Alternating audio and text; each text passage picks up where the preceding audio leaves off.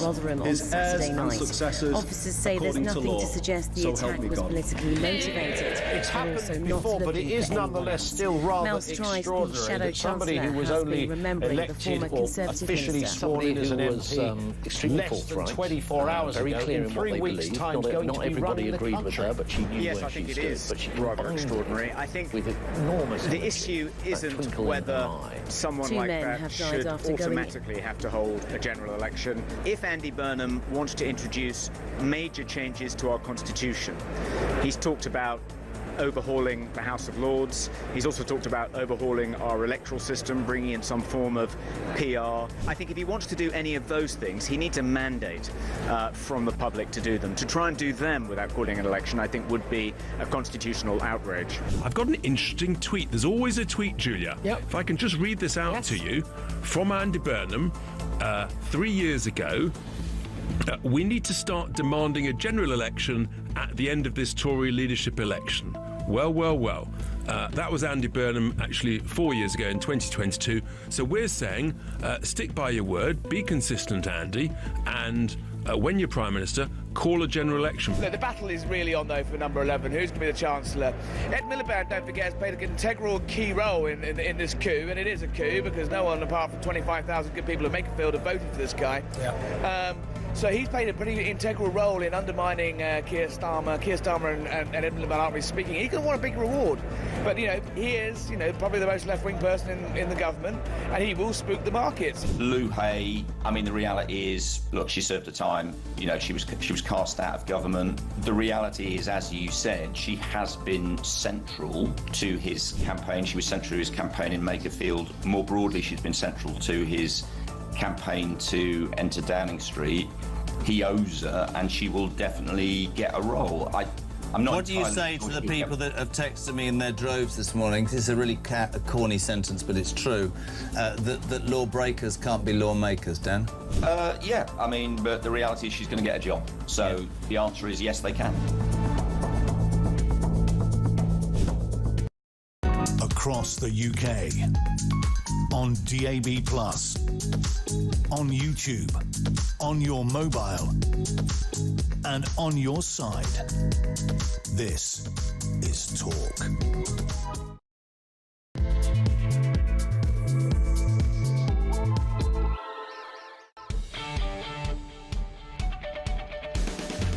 Hey, very good morning to you. Just gone 6 o'clock. We're live across the UK with Talk Breakfast, the home, of course, of common sense and the home of you, the alarm clock. Brit, thank you for tuning in as ever. We'll tell you what's in the news. We'll ask you to get involved because your views on the day's news are what make this show what it is.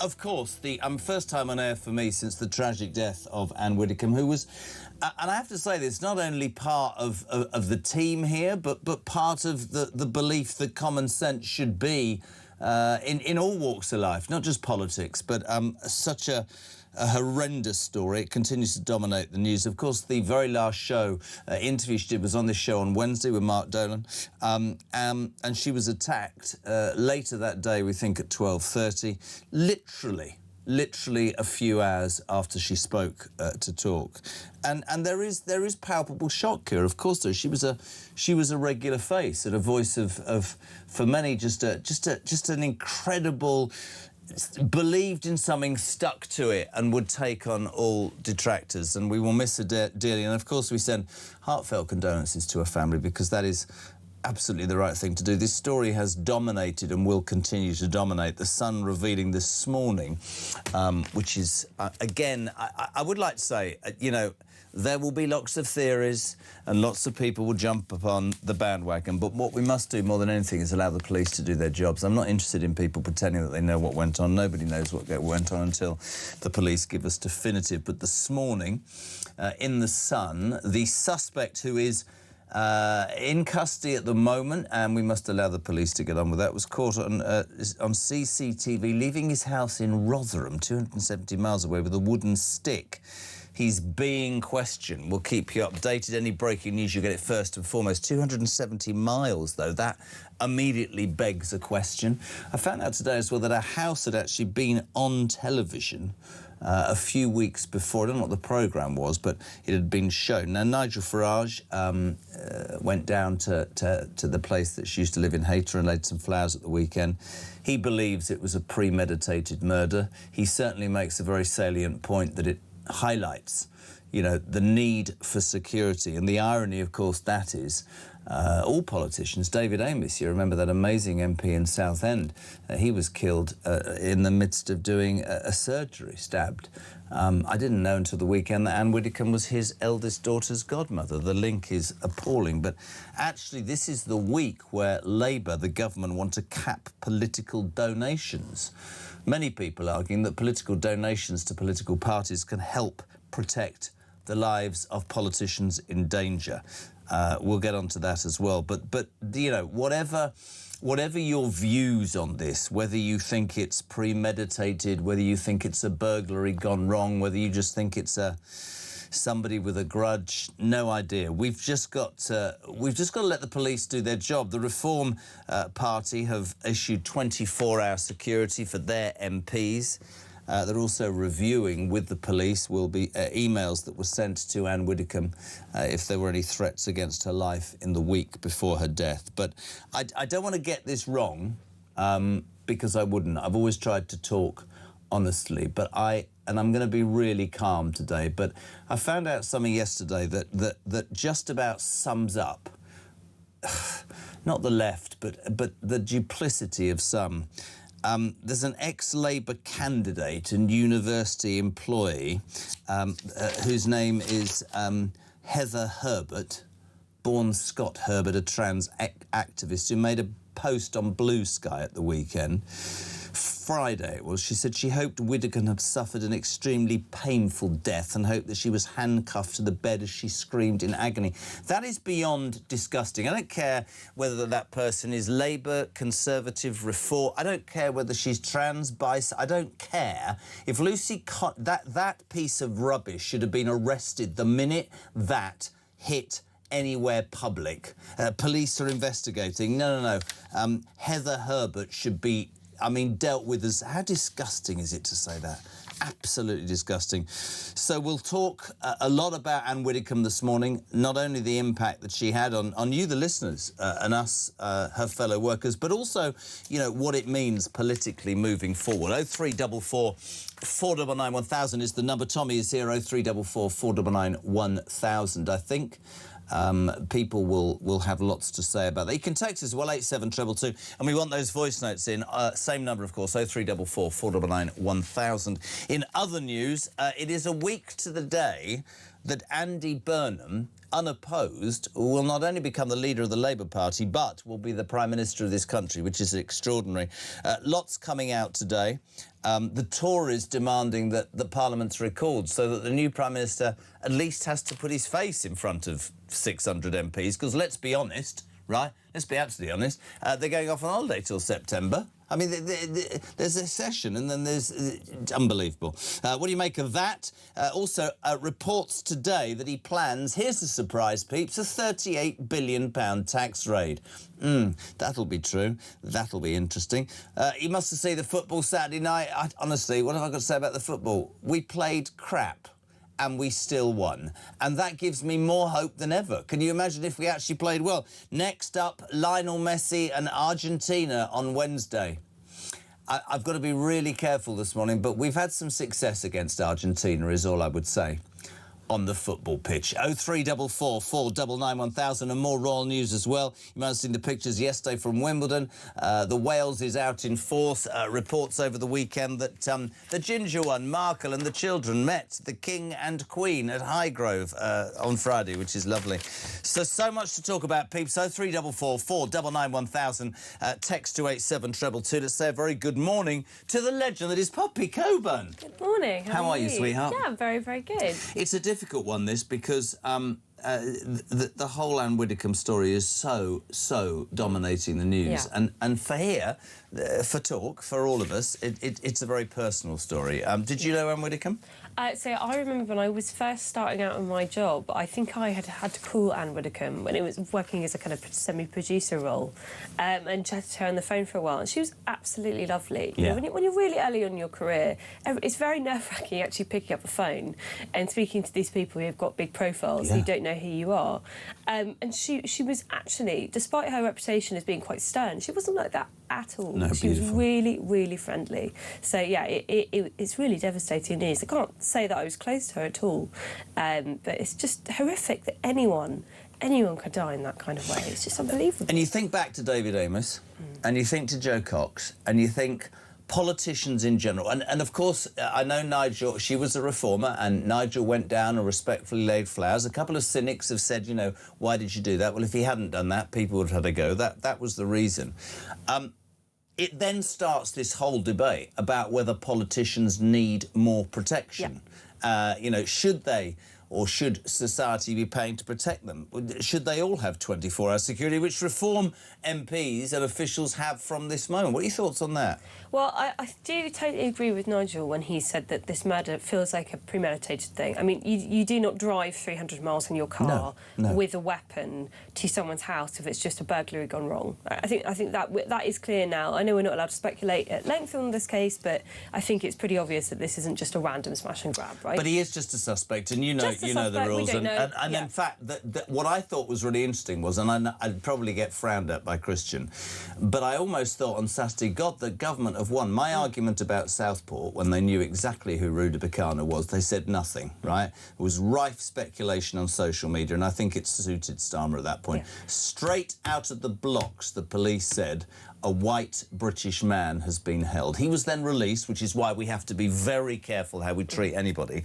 But I thought that was interesting as well. I totally agree. I mean, if you do look at, it's not just the MPs who have died, it's the threats against MPs over the last couple of years have been nuts. I mean, I remember the MP for Golders Green having to stand down because he was getting so many death threats, credible death threats against his life. So people are actually exiting politics because they are frightened of this stuff. That said, do we want to live in a country where, like you can now see if you go outside the Houses of Parliament, there's a massive iron gate that's about 8 foot tall that blocks people from coming in? Do we want to be in a situation where MPs can't do surgeries anymore, can't actually speak to their constituents, at a time when I think most people in the country think that MPs are not listening to their voices? So we always have to have some kind of balance here, which is why I actually do agree, again, with when Reform people talk about personal security, surely the best way of doing things is, rather than having to withdraw from the public and say, I can't do surgeries because I'm going to be talking to strangers, that's too dangerous, I can't go out and speak to my constituents because I don't know who they are, it's that you have someone with you. If something, God forbid, does go wrong, you've got protection. Well, it's really interesting. In the US, it's not unheard of. No, but it is quite interesting, of course, and politics is such a... It's all about timing, isn't it, to be honest? They warned over the weekend, Reform, that this sort of Labour... It's a flagship government bill. It's the elections bill, returning to the Commons today, capping political donations. Labour will this week seek to cap them at either 1 million or 100,000. And, of course, we've got the whole furore with Nigel Farage and the 5 million donation from Christopher Harbord, and we've heard other people. I mean, there's a Russian oligarch in the House of Lords that's given millions, I think, to other parties as well. I couldn't be specific on that, but this fires that argument up, doesn't it? Sure. I mean, if parties take donations either from trade unions on the Labour side or private donations on the Tory side or whoever it is on Reform, or I don't know who would send money to any other party, but there you go. You know, can those parties not use that to protect their MPs? And going forward, if we're now in a position where MPs have to be protected, what's that going to do for the finances of the party? Well, quite. I mean, I have said this from the beginning. You can't have it both ways with MPs because the world is changing. Either because the expenses stuff that happened years and years ago, where it turned out that lots of MPs were filling their expenses to get all these additional things in their home, made people very reluctant to actually give MPs public money. For totally understandable reasons, you don't want that wasted.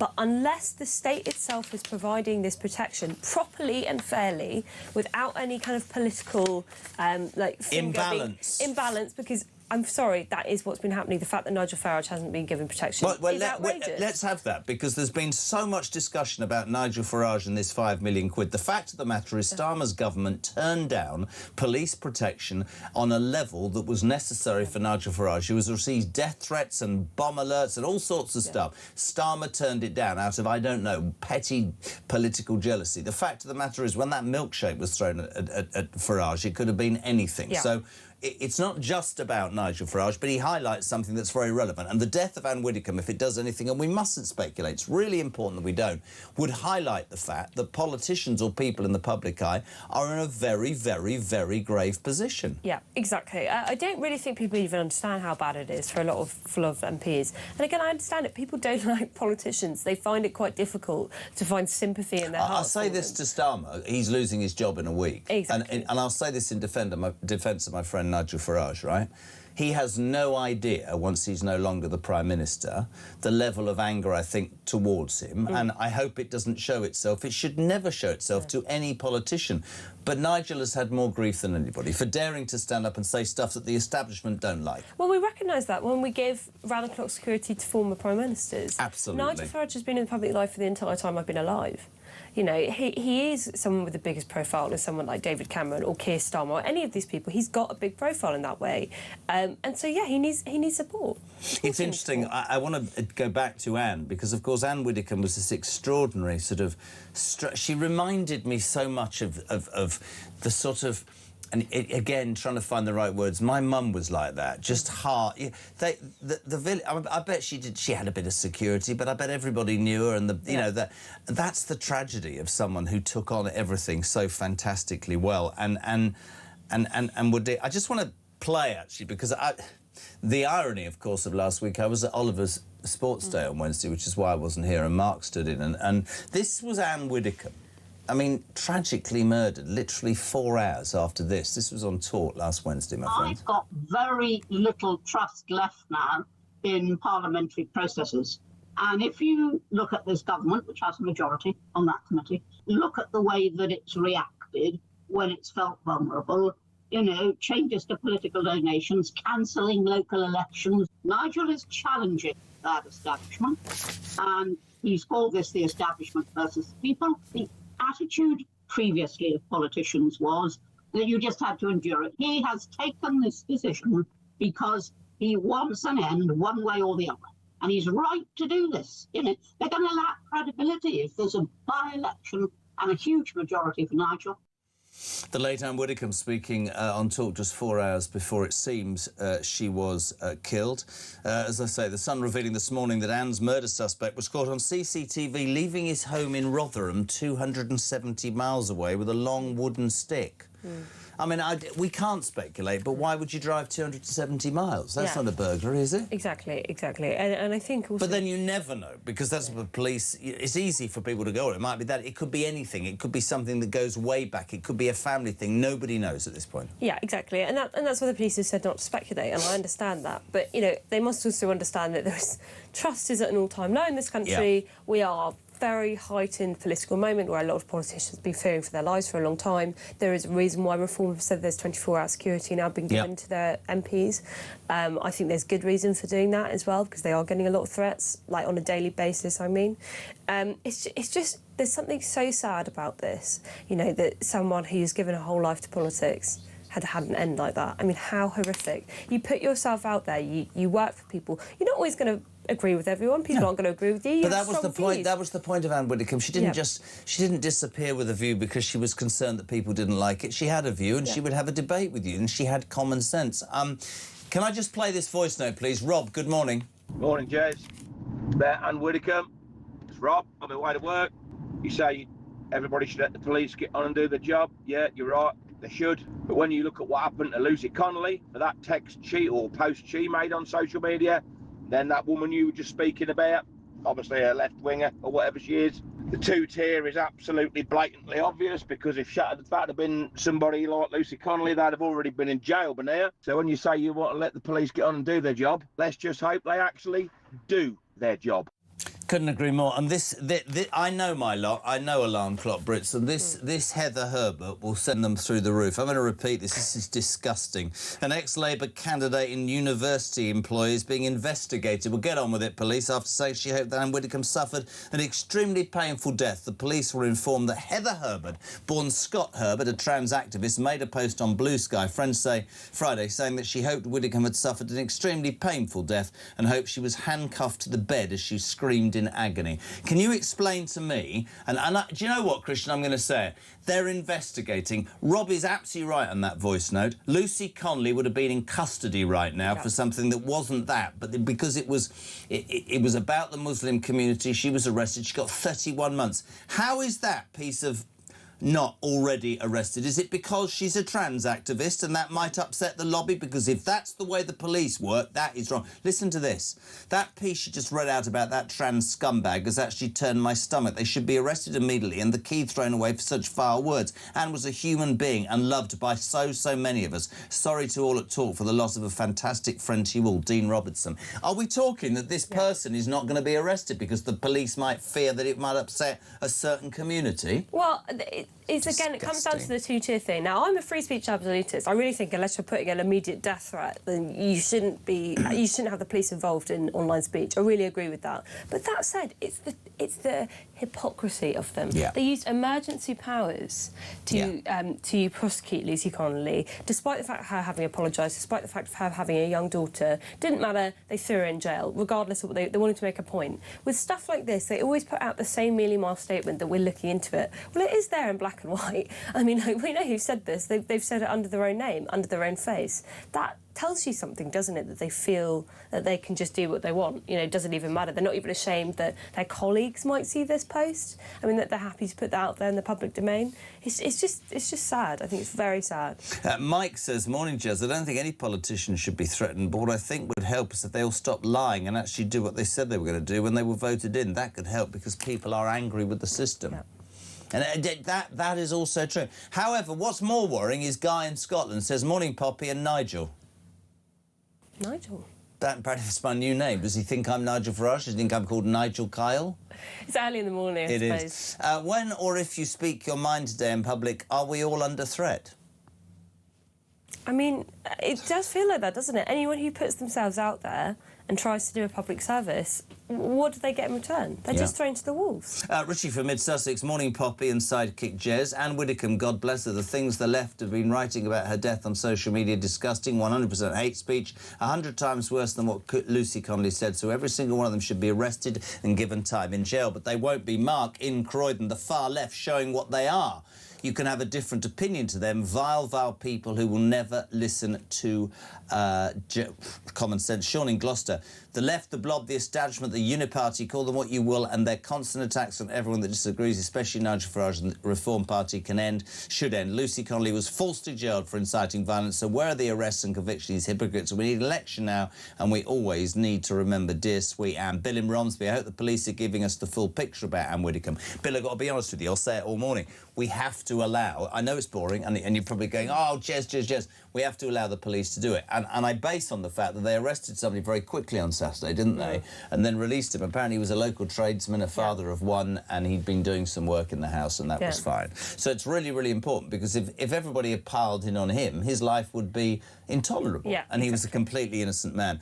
Morning, Jez, says Paul Clark from Tynemouth. I just wanted to say that yesterday I went to the memorial for Ann Widdecombe, and by pure coincidence, most of Reform UK MPs turned up, and Richard Tice gave a wonderful tribute to Anne, although you could see he was very emotional. It was still fabulous to meet them all, have a great show. That was another thing. A few people were saying, oh, why did they go and do that? Why did they go there? But if they hadn't gone, they'd have been slated, wouldn't they? It's also their friend. I mean, why can they not go to her memorial service? They've known this lady for years and years and years. I mean, anybody would do that. Absolutely anybody would want to do that and support her and her memory. I mean, it's ridiculous. It's kind of weird policing. As far as I can tell, the people who are turning it into a political story are not Reform. It's the people who are attacking them for putting out perfectly normal statements, as you would after a shocking tragedy. And quite right. I think when David Amos was tragically killed, the Tories did exactly that. When Joe Cox was murdered as well, the Labour Party did that. So again, in a terrible position. But listen, 6:24 on a Monday morning, this story will dominate for days and days, and so it should. The tragic death of Ann Widdecombe continues to dominate. That last interview was on Talk last Wednesday. 4 hours later, Ann's life tragically taken, and we are shocked, beyond shocked here at Talk, and doing our best to put into words what we all feel. Love to hear your thoughts on it. The police continue to investigate a suspect who drove 270 miles from their house in Rotherham with a big long wooden stick. Don't know whether that was the car seen in a drive, don't know any of that, but we can't speculate. Police hopefully will update us. This leads to huge discussions about security. This week the Labour Party are cutting donations to political parties, and people are saying, well, what happens if actually MPs don't get protection? Is this going to become more and more prevalent, which is in itself disgusting and wrong? 0344 499 1000. We're back in 3 on Talk Breakfast.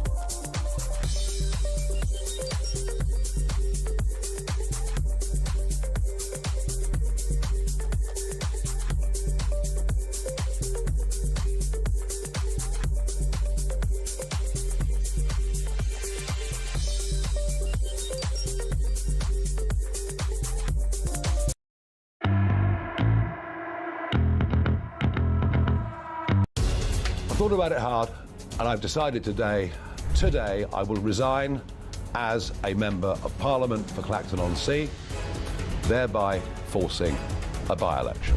Count Binface apparently is now 5-1.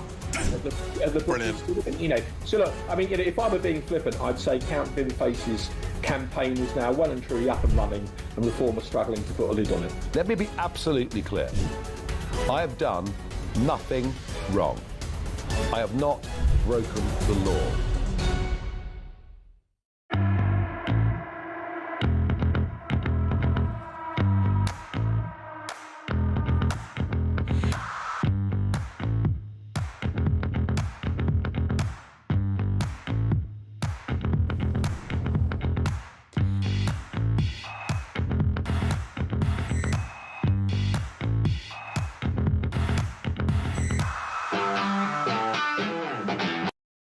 Across the UK, on DAB+, on YouTube, on your mobile, and on your side. This is Talk. Welcome back, 6:27, Monday, July the 13th. You're waking up to the story that is so tragic, and yet it continues to dominate the news quite rightly. Ann Widdecombe, whose last ever interview was actually on this station last Wednesday at 8 o'clock with Mark Dolan. She was attacked, they believe, 4 hours later. A ghastly, ghastly story that has shocked so many here and across the world and the nation. Police have a suspect in custody right now, a man who allegedly drove 270 miles with a huge wooden stick. That's as much as we know. We cannot speculate, but it's led to all sorts of questions. Here's an interesting thing, Poppy Coburn, who's doing a sterling job as ever. Page 4 of the Mail, crimes against MPs on the rise. MPs were the victims of a record number of crimes last year, including burglary, assault and threats. 984 cases of crimes against MPs, which begs the question, why would anybody want to be an MP anymore, or a political voice? I also think that number's probably an underestimate. A lot of don't even go to the police anymore. I mean, and it's kept out of the news, partly because they're worried that if it is publicised, it will encourage more people to try and go after them. Yeah, no, you're completely right. Why would you want to be an MP now? I mean, you're basically powerless within your party. You're just someone that they throw through the lobby to say yes or no.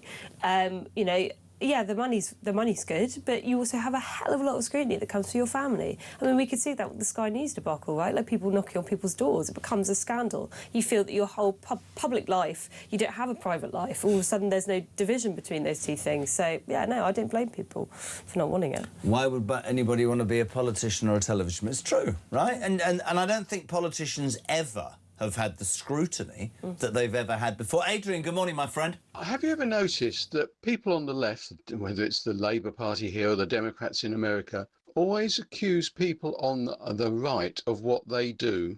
So we've got all this furore going on about the £5 million to Nigel Farage. But the unions have paid millions and millions and millions of pounds in, and a whole heap of stuff. So they're doing it all the time. R.I.P. Ann, the good people are thinking of you. I tell you what I do want to do, and this show will forever talk about the things that are happening, and we'll talk throughout the morning about Ann Widdecombe, and your tributes and your thoughts and your stories were welcome. She was a beacon, Peter says, of free speech, but as usual, those who hate free speech, in fact, had to extinguish that beacon of free speech. Rest in peace, Ann.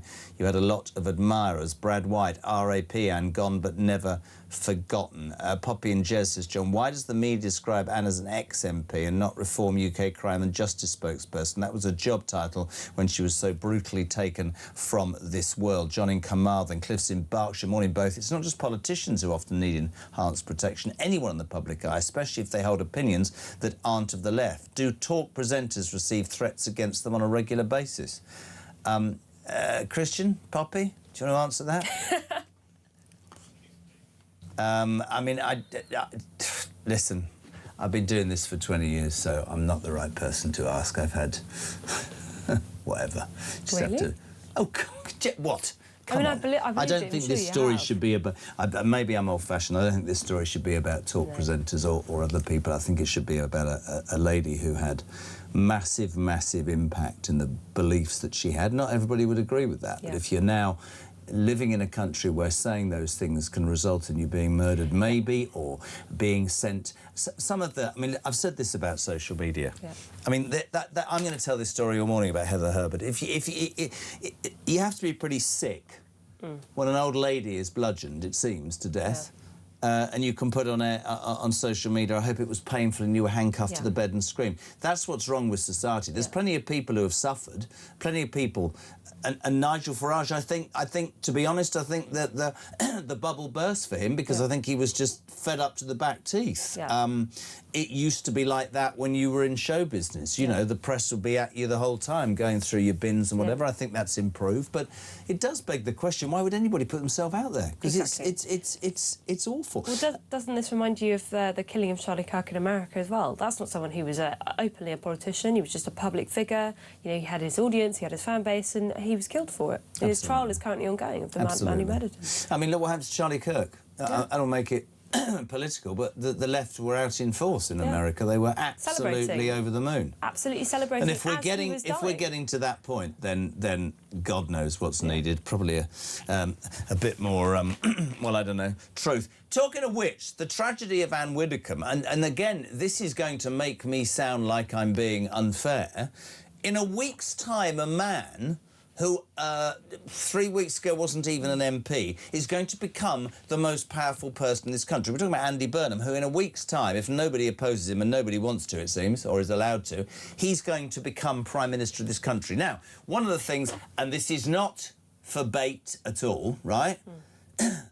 I mean, he'd be getting a lot more scrutiny without this, wouldn't he? He'd be getting a hell of a lot more scrutiny. I mean, the Tories, and I salute the Tories because I think they're right, are calling for Parliament to be brought back, because when he gets made Prime Minister, they're on a 6-week holiday, so he'll be in charge of this country. He won't even have faced the people that we have elected to represent us. 25,000 votes are apparently all it takes to be able to lead the country with no scrutiny, because actually I think his MPs had a responsibility to have an open competition. Yeah, I agree. Even though they knew it was going to be Andy Burnham, but they should have, at least from their own self-interest perspective, you've just had someone lead the country who's been such a catastrophic failure. Who didn't tell it? Well, who didn't tell us what he was going to do, and look where that ended. He Absolutely. didn't have a plan. Not at all. Didn't have a clue. The manifesto was immediately ripped up as soon as it was inconvenient. OK, so that created so much anger on the backbenchers. What have they done?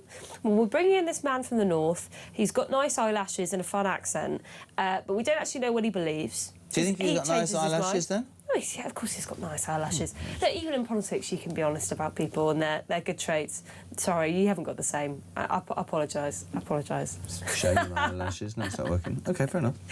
But we don't know what Andy Burnham believes, because listen to what he said during the Makerfield by-election. That was not authentic Andy Burnham. But what is authentic Andy Burnham? Well, we don't know. As you've correctly pointed out, there's something important to know about how Labour has done this competition, by the way. They've made it go on for a week, despite us knowing that he's the winner. OK, we already know that Andy Burnham is going to win this competition. There is literally mathematically no way that he can now not be elected as Prime Minister. Why are they doing that? Well, because, as you say, they want to go straight into the recess. They don't even want a couple of days of Andy Burnham being Prime Minister in the Houses of Parliament. That is wrong. The leadership contest closes on Wednesday night. Yeah. MPs go on recess. When do they go, next week? Next week. Yeah. This is utterly ludicrous. I completely support the Tories. A man is going to end up in Downing Street with his finger on whatever buttons you end up with your finger on, right? And absolutely no scrutiny at all. There are massive rumours today that he plans... I mean, don't all go, oh, this is outrageous. I've been saying it for weeks. A £38 billion tax raid when he replaces Starmer. Of course he's going to do that, because that's what the Labour Party does. Yeah. I mean, you had Starmer, who won't face up to the problems and pretends it's all right and then ends up with egg on his chops. This one will absolutely tax the Red Wall and Middle England, because there's also talk of a mansion tax and, you know, the wealthy paying more. And a lot of people listening, Alarm Clock Brits right now might be going, you're right, Jez. Maybe he's right, Jez. Maybe the rich should pay more. I would only simply say this to you. People with the really successful people who are leaving this country are taking all the tax that they pay away from the Exchequer and away from benefiting the country as a whole, because actually aspiration success isn't a bad thing, is it? No, of course it's not. And that's something that the Labour Party pretended that they didn't believe in anymore. They said that they'd changed under Tony Blair, but they haven't. No, not fundamentally, they haven't. And the reason for this is, look at the backbench MPs, look at what jobs they were doing before they came into Parliament, and you'll quickly realise that most of them didn't have real jobs. They were getting money from the state in some way or another. And that is why they don't understand what it's like to run a business. They don't understand what it's like to have to run payroll. No. When you look at the numbers at the end of the month and you think, how am I going to be able to afford to pay everyone, let alone myself? They haven't got an idea of risk, why people start businesses, why people take on risk. Well, it's risk-reward. At the moment, it's just risk for people. They're just taking.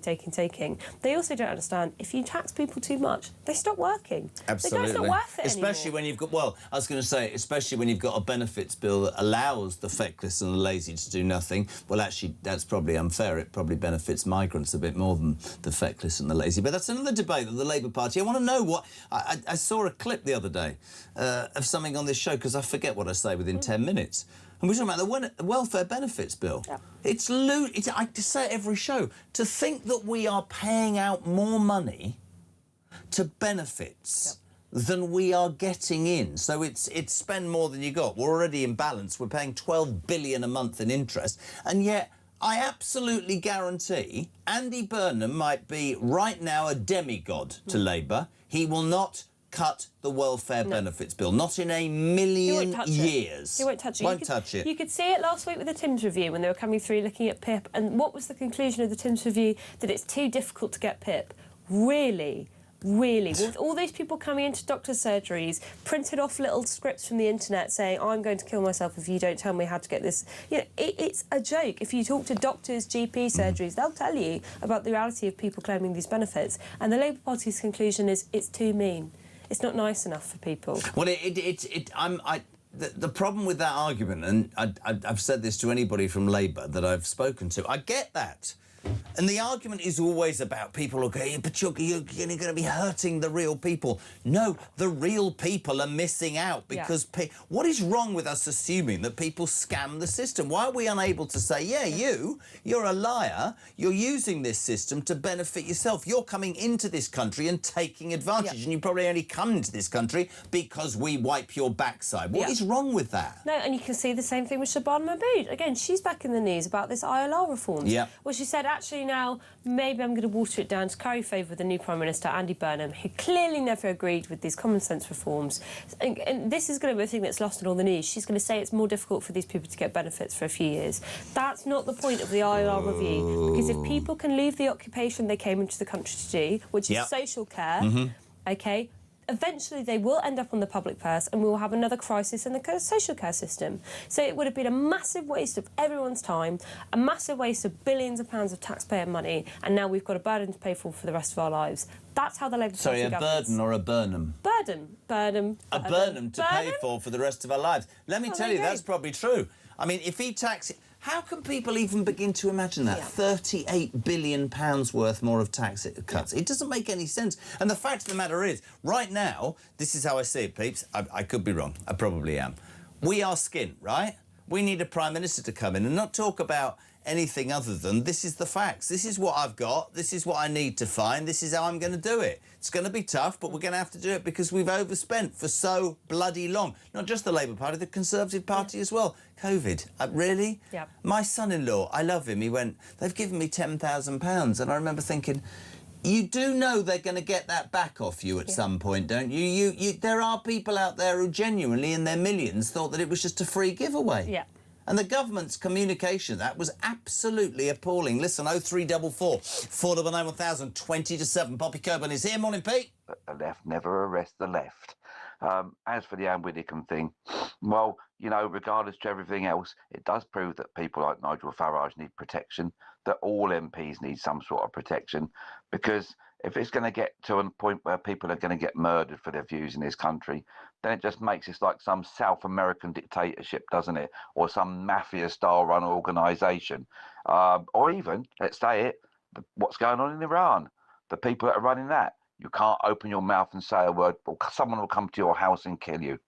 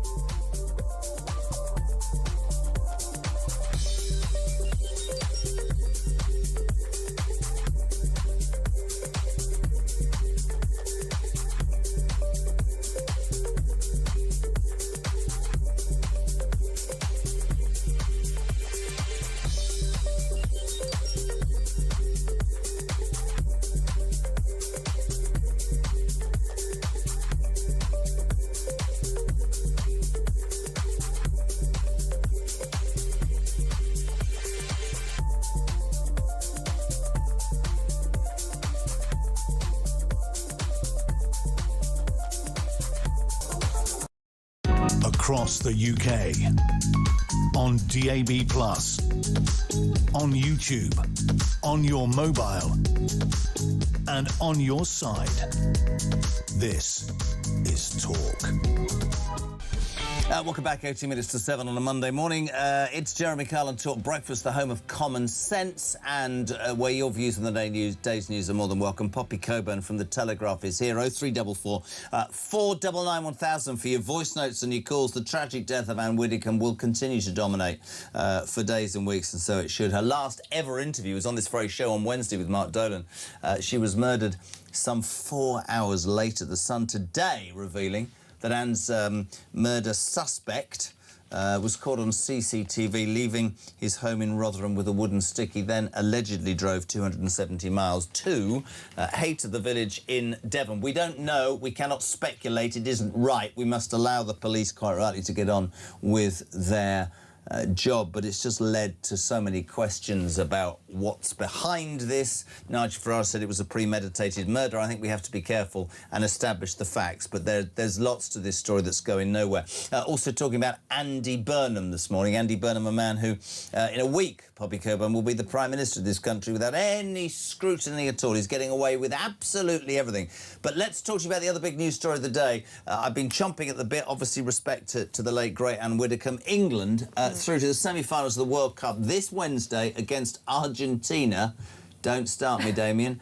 Messi and Argentina, who I think are there for the taking. But you went to the pub. I did. I actually did. So and you were drunk before you went to the pub. Yeah. It's the only reason I went, obviously. Yeah. No, I mean, I'm a classic fake football fan, which is that I only turn up when we start winning things. Yeah. But I will say that I was very keen to watch the game to its completion because it was quite exciting towards the end, even though we weren't playing fantastically. We played for most crap. Of it. Let's have it out. Yeah. We won playing crap, which gives me more seriously hope than anything. All these people go, oh, we haven't played very well. I don't give a toss whether we play beautiful football or not. We're through. The Argentinians, though. Oh, actually, sorry, continue with the story. You and Mr. Coburn. Well, so he insisted we leave the pub. He was like, I can't watch this lose. It's too upsetting. Like, I've had enough of this. We're on the tube, but he's listening to it on the radio anyway. I think he just couldn't physically watch it. And then we score. Jude Bellingham scores. And he goes, we need to get off the tube, we need to get into a pub. So we got off the tube in the middle of our journey late at night and we ran into a pub, into the middle of a group of Canadian people who were there on their holiday, and we were like pushing them out of the way of the television. Get out of the way, go on. We're English, we need to watch this. And so we did watch it to its end, and it was very, very Why? exciting.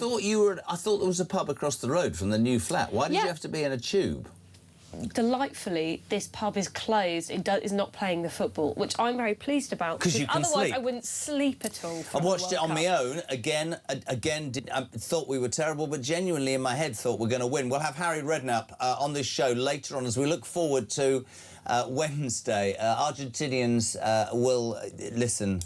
The tensions between the two countries is still palpable. Think Falklands. Think all of that. I don't know. I think they're there for the taking, and then the French. I mean, it's exciting, isn't it? So yeah, Harry Redknapp will be here. So what's your prediction now? You were very cynical at the beginning. Do you think it's coming home? Don't look at me about that, Damien. Leave me. No, I can't. I think we can beat Argentina. Do you? I'm not sure we can beat France. Do you think if we stopped the 500 million that we give to France for benefit claim, for illegal immigration, do you think if we announced on the tannoy just as the game was getting underway, we're not giving you that money anymore, you French whatever, do you think that might impact? Do you think we took away some of their fishing licences if we get There's it to a better way of doing this. What you need to do is raise the stakes even higher than they already will be. Right. You get the money if you win the game. We double it. We give double or quits on the World Cup final. I don't think I'd do that because to not do any work. That's good. And if we win, you've got to give us all that money back. Oh, Poppy Coburn, diplomacy at its best. I love that. Morning, Rob. Morning, Jezza. Rob here, Cambridgeshire. Rich. Right. Well, I get 13 grand a year for a pension, and I've got to fund a car. I've got to fund my house, pay all my council taxes. I've got to live. I've got to eat. I have to take cheap holidays, etc. I get 13,000. But you know, if you're on PIP and all of this other stuff and claiming whatever you can be earning 20 to 30,000 to view in a house. But me, I'm one person. I've got to fund everything on 13,000. Those people on those benefits are rich. Oh, good. Is he finished? Fantastic. The benefits bill thing, we can continue forever about this. I am telling you that Burnham will not tackle it. You don't think he will either as well? No, at all. Absolutely not. If there's one thing that defines Tony Burnham, he wants to be loved, he wants to be nice, he will not make any difficult decisions. Do you not think so? I swear, when he comes back as Prime Minister, you can hold me to this, he will back down on PIP and he will back down on ILR reforms. They will both be dropped. There will be absolutely no reforms to either of those sectors, I swear. Jesmond Pops, I think I know why anyone would want to be an MP. 100 grand a year, all the perks, fantastic pension. You don't have to deliver anything. Sounds great to me. R.A.P. the late great Anne. Great show, Diane in Bedford. Thank you. This is interesting. J.K. and Poppy, I don't use social media, but I am, of course, an adult. It sounds to me that social media is rapidly morphing into anti-social media. Whilst I'm a strong supporter of free speech, I also believe that if you have nothing nice to say, you shouldn't see anything. This is the palpable anger people feel about, what's this scumbag called? Sorry. Heather Herbert, born Scott Herbert, a trans activist, made a post on Blue Sky about the late, great Ann Widdecombe. They said, is that what I have to say? They said, she hoped, was it Heather Herbert, right, whatever. Herbert hoped that Widdecombe had suffered an extremely painful death and hoped she was handcuffed to the bed as she screamed in agony. An ex-Labour candidate, I don't care whether you're Labour, I don't care where your political or sexual motivation is, you should be incarcerated right now. Why isn't Starmer sending the Starmer squad that got all the apparent far-righter on the street after Southport? That is disgusting. Lucy Connolly think that's disgusting. Yeah, it's absolutely... also, let's leave aside the politics. Let's leave aside what Ann Widdecombe was doing for her entire life. This is an elderly woman... ambushed in her own house. Murdered in her own home. How could anyone say that? Doesn't matter what job you do. How could anyone actually put that online under their own name? Absolutely. It tells you probably about the company that this if person Heather is Herbert keeping. isn't arrested today, I'm not letting this... That's disgusting. Yeah. What, can we find out where Heather Herbert lives and can we try and get hold from the police? Why haven't they arrested it already? 0344 499 1000. Let's pause, but we include Poppy, always do. 10 to 7. We tried Kinsey Schofield, Andrew Lowney. We tried everybody. We couldn't find any of them, so we've ended up with Rupert Bell. This morning he's a Talk Royal correspondent. Of course he is. He's a good man. Rupert, good morning. How are you? Good morning. You always seem to build my part up, don't you? We're saying I'm the last man standing. They've tried everyone. That's all they do when they get me. But anyway, I'm always available, Belly. That's what we love about you. I do. Obviously, the main news story. You're a man who I respect genuinely. We laugh, but the tragic death of Ann Widdecombe. Your comments. That's disgusting, isn't it? Well, words fell, and actually, you know, you just think, why? The element I think that's important is people should be able to talk freely and debate, and that's what we seem to have lost the ability to be able to do, which is you can be of different opinions, but then at the end of it, pat on the back and say, well, we agree to disagree. That seems to have gone from society. And unfortunately, the vitriol and some of the things that have been written about Ann Widdecombe just are a proof of that. We may not all have always agreed with what she thought, but isn't that the point of a democracy, as far as I can work out, that basically freedom of speech means that sometimes you're not going to agree with that person, but society is all the better, or should be all the better, for the fact that people can talk to each other and then just move on, because talking is the best thing.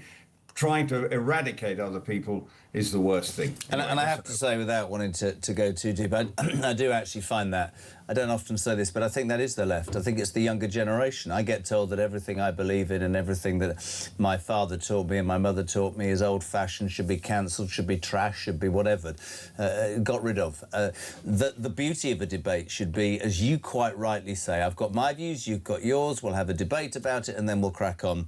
Belly, good words. Let's talk about, I mean, extraordinary. Friday, it transpired that 20 cars went into the Gloucester home of the King and Queen, Highgrove House, for some function to do with some organisation. And hidden within those 20 cars was, indeed, Harry, Meghan, Prince Archie. Is he Prince Archie? I have no idea. Archie and Lilibet, reuniting with their grandfather for the first time in 4 years. Were you surprised at the news? Well, I suppose yes, but Meghan needed something. The week had gone so wrong for Harry, most notably the court case, because she would have been at the Invictus Games, I'm pretty sure, launch on Friday, if it had gone well. It was all the better for her not being there because he looked like the Harry of old.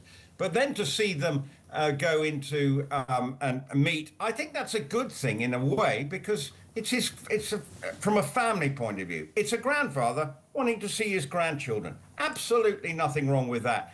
But it was the soap opera of the week that every day was a different episode. That was what I think was so unedifying for everybody, and it's all Harry's doing. And then to started with him saying the judge's verdicts was a whitewash, criticising the King's Court, and a High Court judge. So it was, no wonder. And Meghan didn't say a thing all week. And normally, if it had gone well, I'm pretty sure we would have heard her shouting from the rooftops. So I'm glad they did meet. If it was an hour, I don't know how long it was. There's all sorts of speculation, but at least they've met. He then appears doing goat yoga, I think, on Saturday. Goat yoga? Well, there was some function. We're Scotty Little Soldiers at Maxstoke Castle in the Midlands. And I think there was something like that anyway. Anyway, people can correct me if I've got it wrong. But Poppy, is there such a thing as goat yoga? Goat yoga? She just drinks pints and watches football. She goat wouldn't know. yoga? That's what he just said. But he just said goat yoga. Is that some new drink that is like trending that I haven't heard of? No. But I think the therapy of animals, basically. I think it's about with helping people. I've heard of dog antidepressants. I didn't realise they were moving on to other solutions for mental health for animals. My credibility's gone out the window with you, Jezza, with that statement, hasn't it? I'll just try and find out exactly what was going on at Maxstoke Castle. I can see Poppy's googling away and finding what the heck. So you're right. I saw the pictures of him afterwards, looking like the cat that had got the cream. She hasn't appeared. That's great. I'm a little bit more cynical. Maybe it was a box ticking exercise. I know he loves his son, but they're so toxic. I mean, I want to talk about the other story, which is to do with this. Yeah. Can you ever see a reunion between William and Harry? Not at the moment. I don't think so. And I'm sure he might have had a view with his father about the whole thing. And for Meghan, it's achieved what she wants. It's once again re-established, and maybe not been seen, but we read the news story, that they're still part of the royal family. And that, I think, is what people find... Oh, she didn't want to be part of the royal family. Yeah. She called them racists and everything else. But Brand Sussex is entirely dependent on some sort of association. Hence the reason why when you see all her packaging for her as ever, all I can hope is that the jam, they had some proper jam served at the tea from Highgrove rather than the slop that Meghan calls strawberry spread. Strawberry spread? Well, they can't call it a jam because the consistency is not quite right and because it's sloppy, basically. Do you think she will have been... Do you think that... You say she'd have been chuffed to bits. Do you think it would have been awkward for her with Charles and Camilla? I think the whole thing might have been a bit awkward. Yeah. Because I'm sure they would have briefed them and said, right, no pictures, no reporting to the press. There would have been definite confirmation of ground rules. Because what we don't want... the royal family don't want, is that a couple of weeks down the line we have a bare-all interview from Harry saying, what went on at the meeting, whether it was good, bad or indifferent. So that, I think, has to be the most important outcome of this. No leaking, no telling of what went on at the meeting. If it does, then that will further erode trust between other members of the royal family. Do you think we'll ever see Meghan again in the UK? Hopefully probably not. Well, we may not see much of her, like this week. It's been strictly private. And that's what it should be. Yeah. And so that unless she's in a working capacity, I think she's still patron of a couple of British charities still. The Jam Society. Well, no, I think there's a couple of others maybe that she's still involved with, but whether they, want her to be involved, I don't know. So, sorry, Christian, give me an extra minute. Christian's just said something brilliant. The Jam Society, just about managing, yeah. Meghan Markle, just about bloody managing. Belly, you're an absolute star, me old son. It'll be interesting to see what happens. They've got their bit that they can... let's be honest, Brand Sussex is dead. Everything they touch is a disaster. They've got the political, I was going to say the social awareness of two of the most tone-deaf people in the world, but at least he's ticked a box, Charles, and we move on from there. Buddy, thank you so much indeed for getting up so early. Always available. Always likes to earn a few quid, that legend that is Rupert Bell. Thank you. 3 minutes to 7. Poppy Coburn, I don't know where the hour's gone. Let's just go back to our first story, the tragic death of Ann Widdecombe. It will dominate the news. A suspect at the moment being held. Big questions now about MP's security and that sickening post from that trans activist. How do you respond to that? I just think people you need to sometimes take yourself out of the political sphere and be a human being. And you must sometimes realise that if you post something like that so disgusting about an elderly woman who was murdered in her own home, then I don't know how you could live with yourself. You do it under your own name, that you do it in a way that you're not even frightened that your employer cares. I think that's the truth about where the left is in this country. They just don't care. They don't care. Just to make you feel better, morning, Jez and Bops, there is indeed goat yoga. Goats are allowed to climb over you whilst you're doing yoga. It's been on TV for years. Jesus Christ. What more do you need to say? I'm not sure I want a goat climbing over me, but the greatest of all time, that's an interesting one. Is it a goat or the greatest? Yeah, goat, yeah. Well, Cristiano Ronaldo, would you like him climbing all over you while you're doing yoga? Oh, Jesus. Come on, Jeremy. It's too early for that. There's a thought. Almost 7 o'clock, we're live across the United Kingdom. Thank you to Poppy Coburn. We start the next hour with Brendan O'Neill after the news at 7, which is next.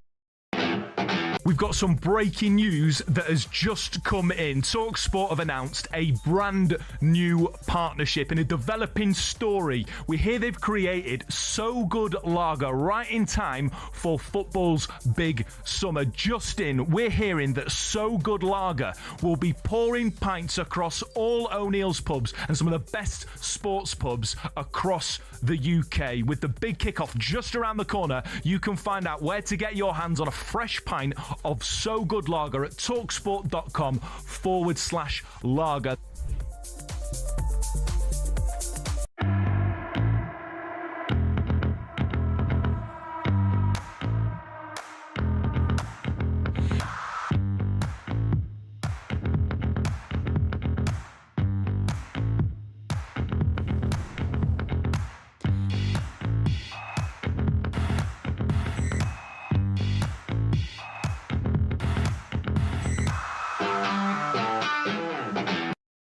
Across the UK, on DAB+, on YouTube, on your mobile, and on your side. This is Talk.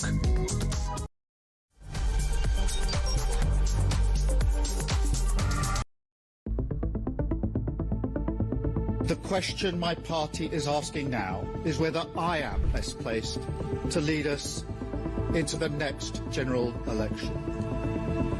I have heard the answer of my parliamentary party to that question, and I accept that answer with good grace.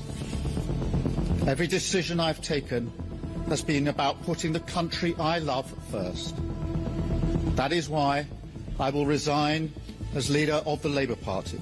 Well, you know what? In the end, he did do the right thing, and there were some achievements, and he's an honourable man, and he cared about public service. Guys, that's not what happened just now. In the last half an hour, Keir Starmer resigned, and he resigned because he was pushed. Most of his issues, most of the things which have damned him from, let's face it, within days, within weeks of him becoming Prime Minister back in July 2024, or of his own making. They were things he chose to do, cutting the winter fuel allowance, damning everybody who wanted to have a public inquiry on the grooming gangs as jumping onto the far-right bandwagon, the two-tier policing after the Southport riots. This man brought it on himself.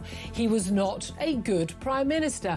There was two things on that manifesto. One was a picture of Keir Starmer and the word change. Well, promise promise made and promise delivered in that sense. Because if he's got, let's be honest. But look, I mean, I don't really want to make light of it, but I am cheesed off, Julia, because what we promised in opposition was competence, and it's been anything but. I'm embarrassed. I'm really, truly, honestly, I am embarrassed, because I did think we would be competent. We've not been. I've no idea whether there'll be a contest or a coronation. But what I do know is the British public have simply had enough of political parties chopping and changing their leaders at will. We vote for somebody in a general election to be our Prime Minister. We expect them to serve their term. And barring ill health or exceptional circumstances, what is going on here, frankly, is reminiscent of a banana republic that has totally devalued the very process of general elections and democracy. We at Reform demand a general election.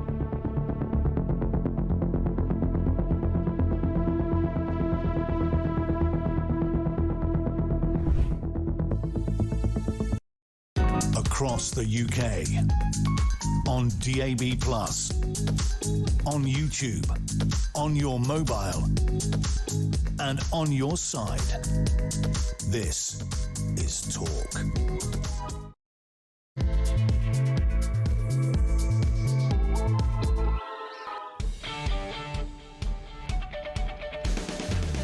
Welcome back, or welcome along. Just gone 7 o'clock on Monday, the 13th of July. This is Jeremy Curl on Talk, the home, of course, of Common Sense and of Alarm Clock Britain and their views on the day's news. As ever, Tommy is here if you want to have your say. 0344 499 1000, phone or voice note. We'd love to get those voice notes. Text as well throughout the show. I'll read some. 87222. What are you waking up to? Well, the tragic death of Ann Widdecombe, which has shocked so many, quite rightly, dominates and will continue to dominate nationally and internationally. Just an incredible woman who was part of the team here at Talk, who was a regular. And in fact, unbelievably and shockingly, her last ever interview was on this very show at 8 o'clock last Wednesday, a mere 4.5 hours before police believed that she was attacked at 12:30.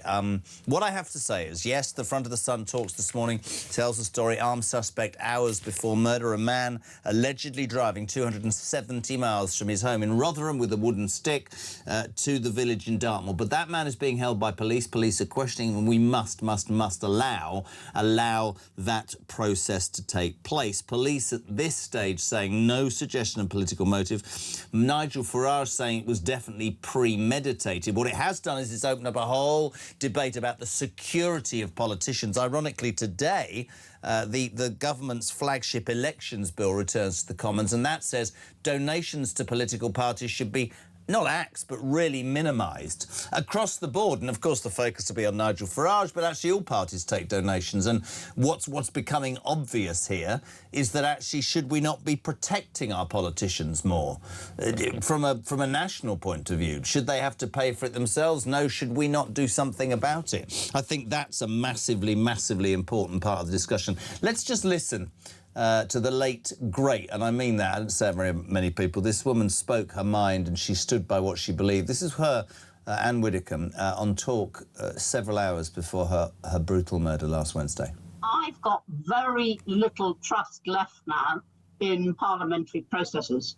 And if you look at this government, which has a majority on that committee, look at the way that it's reacted when it's felt vulnerable, you know, changes to political donations, cancelling local elections. Nigel is challenging that establishment, and he's called this the establishment versus the people. The attitude previously of politicians was that you just had to endure it. He has taken this decision because he wants an end one way or the other, and he's right to do this. You know, they're going to lack credibility if there's a by-election and a huge majority for Nigel.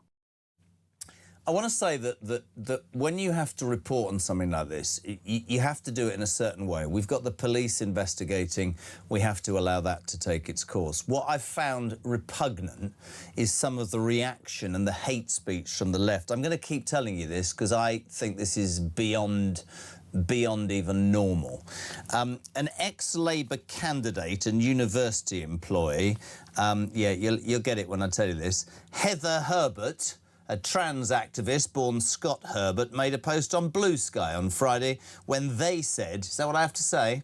They hoped Widdecombe had suffered an extremely painful death, and they said they hoped she was handcuffed to the bed and screamed in agony. But they are merely being investigated. Lucy Connolly was arrested, jailed for 31 months when Starmer's Everybody's on the Far Right came out of force after Southport. Why is this piece of rubbish not in police custody right now? Oh, probably because the police fear that the trans community wouldn't like it. Well, I don't care about your sexuality or your political persuasion, and I'm all for free speech, but if you think it's all right to make comments about that when a frail 78-year-old lady has been bludgeoned to death in her own house, you do not deserve your liberty in a society I want to live in. Morning, Sean. Morning, Jeremy. Sean from Grimsby. This Heather Herbert fella, he's just a nasty old man who wishes a painful death on an old granny. And this is what the tolerant, inclusive, peaceful, loving left is all about, mate. Death to everybody who doesn't agree. Great show, mate. Whatever your thoughts on the tragic Ann Widdecombe story, we love to get them. 0344 499 1000. Of course, we'll keep you updated with any news from the police as we go through this morning. Other breaking news. This will get you going. Home Secretary Shabana Mahmood is going to set out later today the legal steps she will take to deport the freed ringleader of the Rochdale rape gang, Shabir Ahmed. 22 years he was jailed for in 2012 for the rape. It says here multiple. Let's have it out. 50 counts plus of raping young, white, vulnerable girls, OK? He got 41 years to serve concurrently and was out in 14. He was released from prison on licence a few weeks ago or days ago. That scum should have been deported from the moment he left the police the prison. What's she doing? Setting out. You're the Home Secretary of the majority. You did it with British Steel and you did it with the pubs for the World Cup. Get that piece of rubbish out of the country now. They don't read the room, do they, politicians? Does my head in. 0344 499 1000. And, of course, the other news story, Burnham. Burnham! No scrutiny there, then. He's going to be the Prime Minister in a week. He hasn't even addressed Parliament as Prime Minister. They'll be on a recess. That means he becomes the Prime Minister, what, the 20th of July, around that time, and doesn't have to stand in the Commons until the first week of September. The Tories, quite rightly today, saying, you need to come and tell us what you're up to. He's going to have his finger on every button. It's beyond ludicrous. Beyond ludicrous. 0344 499 1000. So much to cram in. It's so very good morning to the chief political writer at Spiked. This man's a legend. Brendan O'Neill, good morning, sir. How are you? Hi, Jeremy. How you doing? Yeah, good. Obviously, the Ann Widdecombe story dominates, and what you get is you get all sorts of people becoming embroiled in conspiratorial theories. Firstly, your views, memories, thoughts on a real pioneer of common sense, really, somebody who had an opinion and stuck to it, whatever a detractor said. Absolutely. You know, just a lost kind of politician. We don't really have those kinds of politicians anymore. We had them on both the left and the right in the old days. You know, I would put her in the same category as someone like Tony Benn, Dennis Skinner, Norman Tebbit, Peter Shaw. You know, politicians who really, really believed what they said, who said things with conviction. And sometimes they were, you know, irascible and confrontational, but only because they so sincerely believed the ideas that they were putting into the public realm. You see that so rarely these days. Politicians these days seem to be out for themselves. They can't even give a speech without erming and ahhing 1,000 times. They haven't got good oration skills. You know, they don't seem to believe anything at all. So I think the reason so many people in this country are mourning for Ann Widdecombe is not only because she was a 78-year-old woman who seems to have been beaten to death in her own home, which is horrific beyond belief, but also because she was that kind of last kind of great eccentric British politician who brought something of extreme value to public life, and we're going to miss that.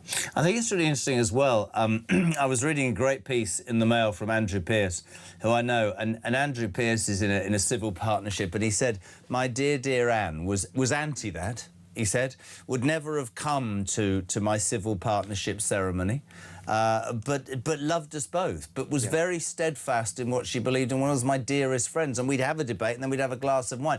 I said it earlier, Brendan, I sort of feel like with the younger generation, I always talk about, you know, daughters at university was da-da-da. But, you know, the younger generation, and predominantly the left, have to say this, it's become popularist to say Winston Churchill was a rapist, Margaret Thatcher was the worst person in the world, everything you believe in and support should be just eviscerated and should be taken, stripped out of history, disgusting. And I always go, well, hold on a minute. If you're entitled to your opinions, then I'm entitled to my opinions. And debate in a democracy, which Ann Widdecombe was fantastic at doing, was I could stand and in your face for 4 hours and disagree with everything that came out of your mouth, but that's what debate's about. And you're right, you don't get that anymore. It's all focus group led, and what would happen if I said that if somebody was offended. I thought she was an amazing, I didn't know her particularly well, I interviewed her a couple of times, but you know, there is genuine sadness and shock here at Talk. Of course there is. Her last interview was on this show last week, but for a voice of reason and common sense, I don't think there's many left like that late great lady. Absolutely not. You know, I was talking to her just 3 weeks ago, in fact, in Makerfield, in the run-up to the by-election. She was there for the day to show the young canvassers how it's done. She was beating the streets for Reform's candidate. She was really, you know, geeing up the troops and getting them onto the streets. And I was struck by, you know, firstly, just how I was reminded how small she is. She was a very small woman, but she was just full of energy, full of beans, driven by her political convictions. And it's awful to think what happened to her just 3 weeks later. But, you know, you're absolutely right, Jeremy. People say that Ann Widdecombe and the right are horribly intolerant and unkind. She was, in fact, a very tolerant person. Yeah. She had a lot of gay friends, even though her Christian beliefs made her believe that homosexuality was sinful. But she left the Church of England. She reminded me of my mother. That, honestly, I don't offend anybody. The day that females were ordained was that my mother, that was it. And it was exactly the same for Ann Widdecombe. And I'm not going to tell my mother, who would have been 100 now, that she doesn't have that opinion. That's the beauty of free speech, isn't it? Yeah, people have the courage of their convictions. Yeah. And people like Ann Widdecombe actually acted on the courage of their convictions. Yeah, that's true. You know, the real intolerant people, as we've seen over the past couple of days, tend to come from the left. You know, you mentioned Heather Herbert, who said, I hope Ann Widdecombe had a painful death. Or we saw Socialist Worker saying Ann Widdecombe is strictly dead, you know, having a laugh at her expense. We saw lefties online calling her a bigot and a witch. You know, thank God she's dead is essentially what they were saying.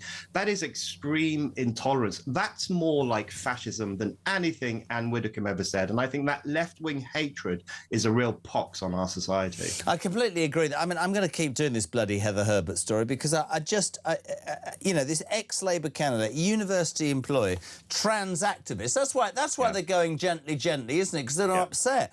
It's okay, is it, to say, I hope she had an extremely painful death and was handcuffed to the bed as she screamed in agony. How come Lucy Connolly got hoovered up and put in jail for 31 months and that piece of scum is allowed to go? And I don't care if it upsets. It's nothing to do.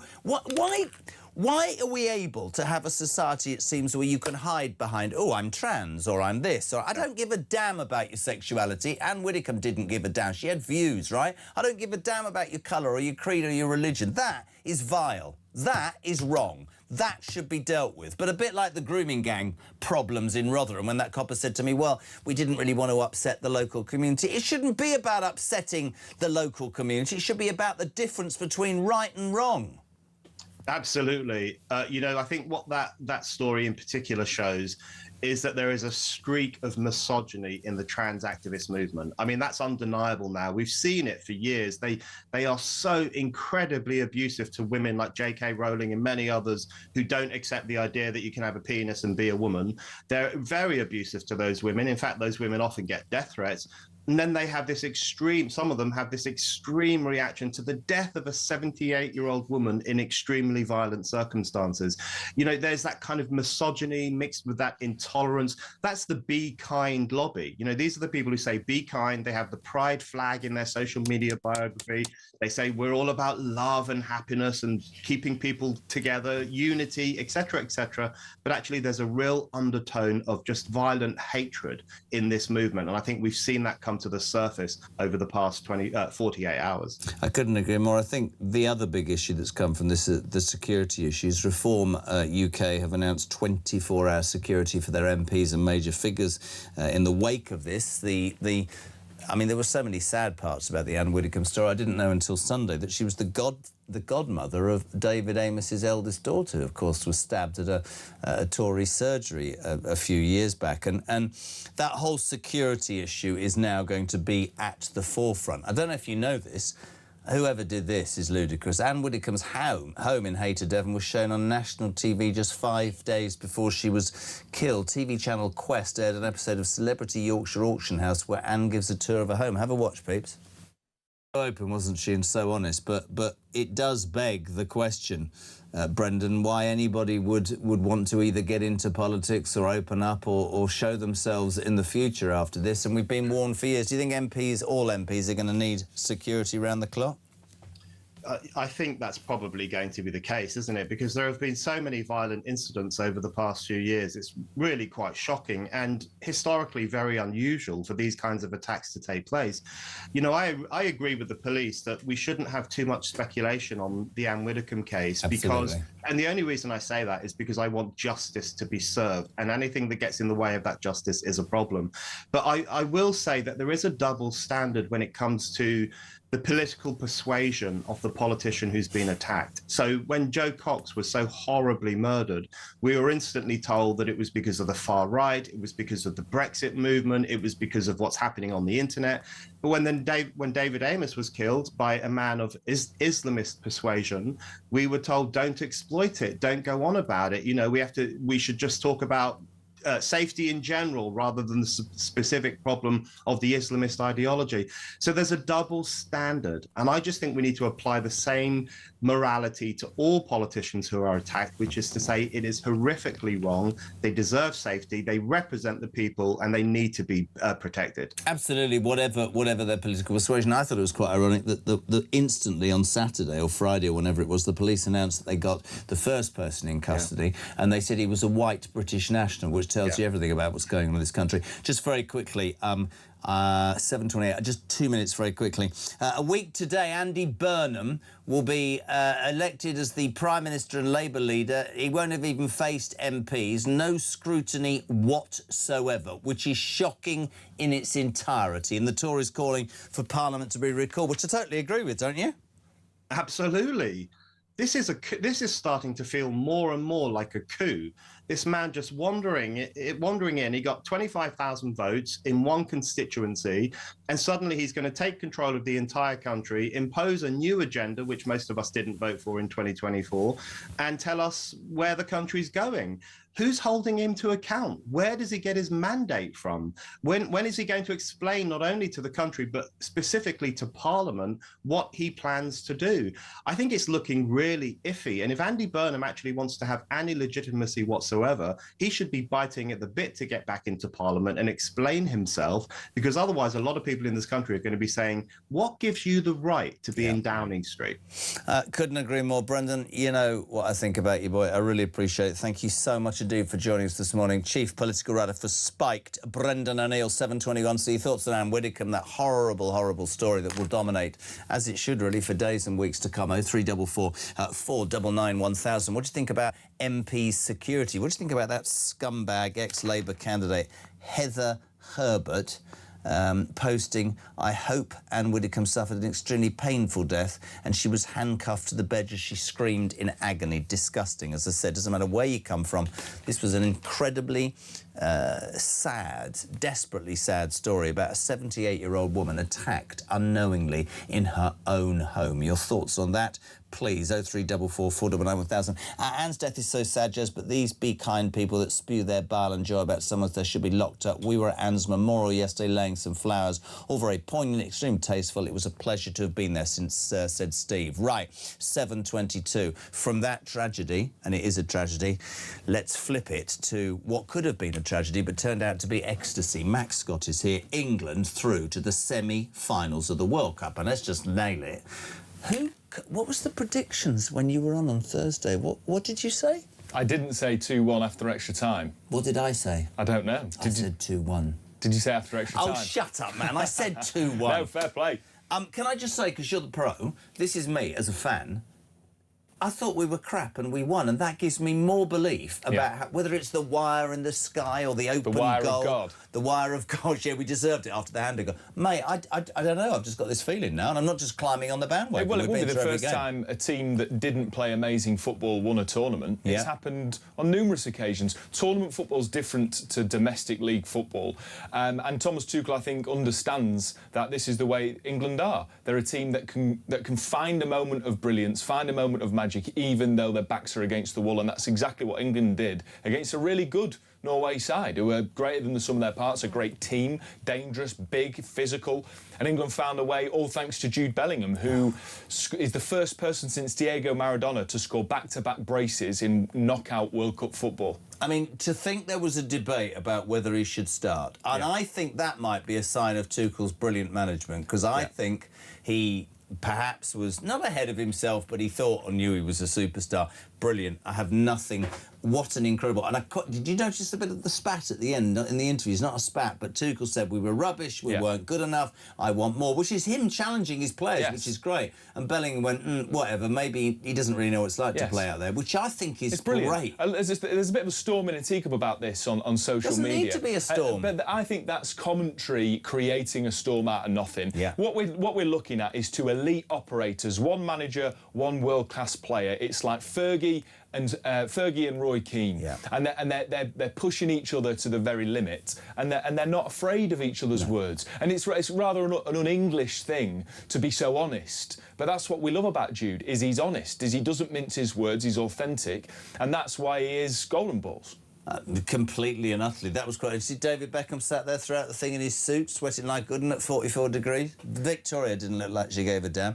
How far are we going then, Maxie? What's happening? Well, look, what I would say is let's not fantasise about Argentina. They have been... If you're one of those people, and understandably, that watch England and say, God, they're not very good, well, neither are Argentina. They conceded 2 against Cape Verde and only got through them in extra time. They did the same against 10-man Switzerland, and they conceded 2 against Egypt and were lucky that the referee called off one of the goals of the tournament, right? So Argentina aren't like France. Argentina are much closer to England in the way they play. They've got a world-class player in Messi. It's all about him, and he comes up and changes a game. So England and Argentina are cut from the same cloth, and I would put to you, they're not as good as England. You know, Argentina, the legs in Argentina's midfield. We've had some. Listen, this is not. It's just a fact. We've had some success against Argentina. So I suspect, and I'm just leaving that out there. I mean, they're already there's the old rivals. You know, there's talk on the terraces and the Falklands. I don't give a damn about all that stuff. I care about the fact that we're 1 game away from a World Cup final. And then, of course, right. So if we get past them, you start going, but it's France, but it's Spain, but it's a game. It's one game. One game with Thomas Tuchel managing it, who took Chelsea and beat Manchester City in a Champions League final that nobody expected. If England get to a final, I think they win it, Jeremy. Oh, God, I can't bear it. The most difficult thing... Look, we could be sat here in exactly a week's time talking about England as world champions. But that's, you know, we're 2 games away. And so I just Have they done better than you thought? They haven't played well, but have they scrapped better? I mean, that open goal... Solid. He's got 1 player to beat. Haaland stood 20. I could have passed that. My granny, who's obviously not around anymore, could have passed it. Goes for the shot. Everything seems to, at this moment, fall. Even the extra... I don't know. Again, really weirdly, I didn't sit there. People were nervous. I just thought we're going to win. I just genuinely think that we're...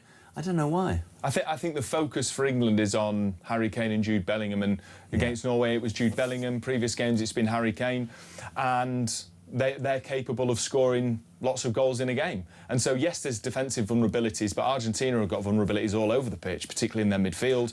Their defence isn't world class. And so there's opportunities of a big physical England, particularly at set pieces, to get at Argentina. Look, they've got Lionel Messi. They could beat us 3-0, but we could beat them 3-0. And so I'm more worried about Norway. I was more worried about Norway. Were you? Yeah, because they're a team greater than the sum of their parts, playing beyond themselves with a couple of world-class pieces, and we nullified them both. And I think Thomas Tuchel tactically has got it. I think the players have got the fire under their belly. And with Jude Bellingham, a midfielder on 6 goals, you know, I just think we should be focusing on that, on our positives, ultimately, rather than the weaknesses. OK, so we'll have you on Wednesday in the build-up to it, but let's ask now on Monday. We've got past Norway. It's Argentina on Wednesday. What's the prediction? 2-1. He's none it from me again. It's going to be 3-1. 3-1. I think we're going to win. I think we're going to beat the Argentinians, and then I think we will progress, and then it'll just be nerve-wracking. And for me, it's a nightmare Sunday because it's the final round of the British Open, the Open Championship from Royal Birkdale's the most important golfing day of the year, and then it's the World Cup. It's going to be big. And I'm then going to your put alarm my goes kids off in care that day, so I don't have anything. Honestly, they're going in care for the day. What time does your alarm go off on the Monday morning? 2 a.m. Brilliant. It's fine. Max, you're a legend, mate. We know you got to go. Max will be back here. Wednesday's prediction will beat Argentina 2-1. I say 3-1. What do you make of the football? Is it coming home? By the way, got home the other day. Mrs. Carr's bought the car flags. We've got 4 of them hanging out the doors. Don't look good on the car, but it's only a... Never mind. 0344 499 1000. Back in... No, oh, sorry. Morning, Laura. Morning, Jeremy. Laura in Wiltshire. My condolences to Ann Widdecombe's family and to everyone who knew her. It's just terrible. The thing that really frightens me is that as somebody who's a Reform voter and fairly vocal about and active as far as Reform is concerned, is that my lovely daughter, who's in her late 20s, her immediate reaction to me was, you know, Mum, you cannot wear a Reform badge. You can't tell people you vote Reform. You must stop saying these things because I don't want you to be killed. And how terrible is that? That the young people just think we have to not say what we think and not stand up for what we believe in. And I think we should all remember in these times to be sensible, but that Ann Widdecombe really led the way for all of us. And may she rest in peace.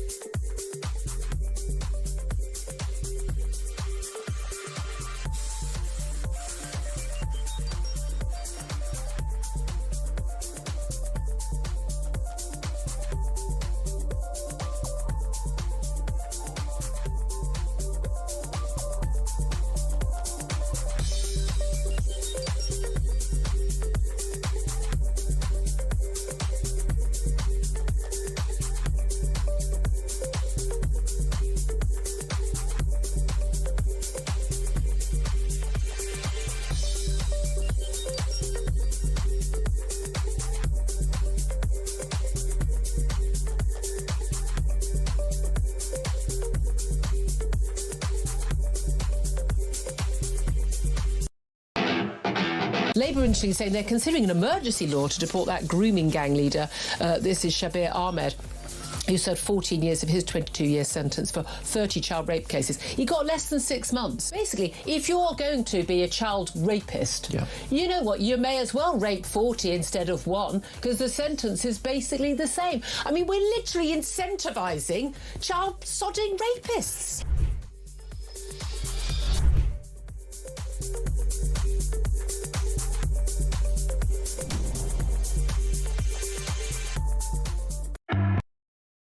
Across the UK, on DAB+, on YouTube, on your mobile, and on your side. This is Talk. Welcome back. Just gone 7:30 Monday morning. This is Talk, the home of common sense, and of course the home of the alarm clock Brits. We're talking about the tragic death of Ann Widdecombe. Your thoughts on that? The issue of should now politicians have security? The trans activist who's all right to make disgusting comments about I hope she had a painful death, but is still apparently being investigated. Hasn't been arrested. We're talking about how Andy Burnham is literally 1 week away from being Prime Minister on the back of 24,927 people in Makerfield voting for him. And we're breaking the news this morning that Home Secretary Shabana Mahmood is going to set out later today how she thinks she could take some legal steps to deport that rapist, ringleader of the grooming horror in Rochdale, Shabir Ahmed, who was released the other day after 14 years of a 41-year sentence. Just put him on a bloody plane with no ticket, probably in the hold, and send him back to Pakistan, where he comes from. What is wrong with this country? You look at what's happened to Ann Widdecombe. I love this. I say I love it. I don't love it at all. Suzanne Ashton says, "Hi, Jeremy. Whilst I understand the reasons behind providing protection for MPs, where is our protection against all the illegals that are breaking into our country without any vetting whatsoever, and we don't know what they are?" Good morning to Roger in Dorset. Good morning, Mr. Kyle. Oh, we should stop using silly left and right designations. Instead, we should call them the deluded and the sensible. Lefties are people whose imaginary, perfect worlds exist only inside of their stupid heads. Mary's in Canterbury. Morning, Jez. Ann Widdecombe. I wouldn't in the least bit surprised if we'd never find out what actually happened, says Dave in Solihull. I hope we do. The police have and are holding a 20... No, I don't know how old he is. Suspect who drove 270 miles. He was on CCTV putting a large wooden pole into his car. You can see that. I think they'll play that at some point. But, of course, Nigel Farage said, you know, it premeditated is what he said. Other people are saying it's a burglary that went wrong. We don't know and we can't speculate because that takes away what the police are doing, and they will be doing their job as quickly and as efficiently as they possibly can. 0344 499 1000. Text to 87222. Morning, Jay. Morning, Jez. Poppy, great show, guys. I just want to point out, I was trying to explain this to a work colleague about a week ago. They are they're a centre lefty, let's put it that way. They were going on about tax the rich more, right? If Burnham does that, right. I was trying to explain to them, now I'm not rich in any way, shape or form, 5 kids and all that, alarm clock Britain, and, you know, I have to work for my money, OK, just to keep things running, really. I'd love to be in their position, but I don't believe in hammering the rich because they create jobs, they're wealth creators. They spend a lot of tax in the things they buy, the more houses, the bigger houses, you know, the rental properties they have, they pay tax on all this. They buy the nice cars, they pay tax on this to keep showrooms open. I'm very pro more of them people.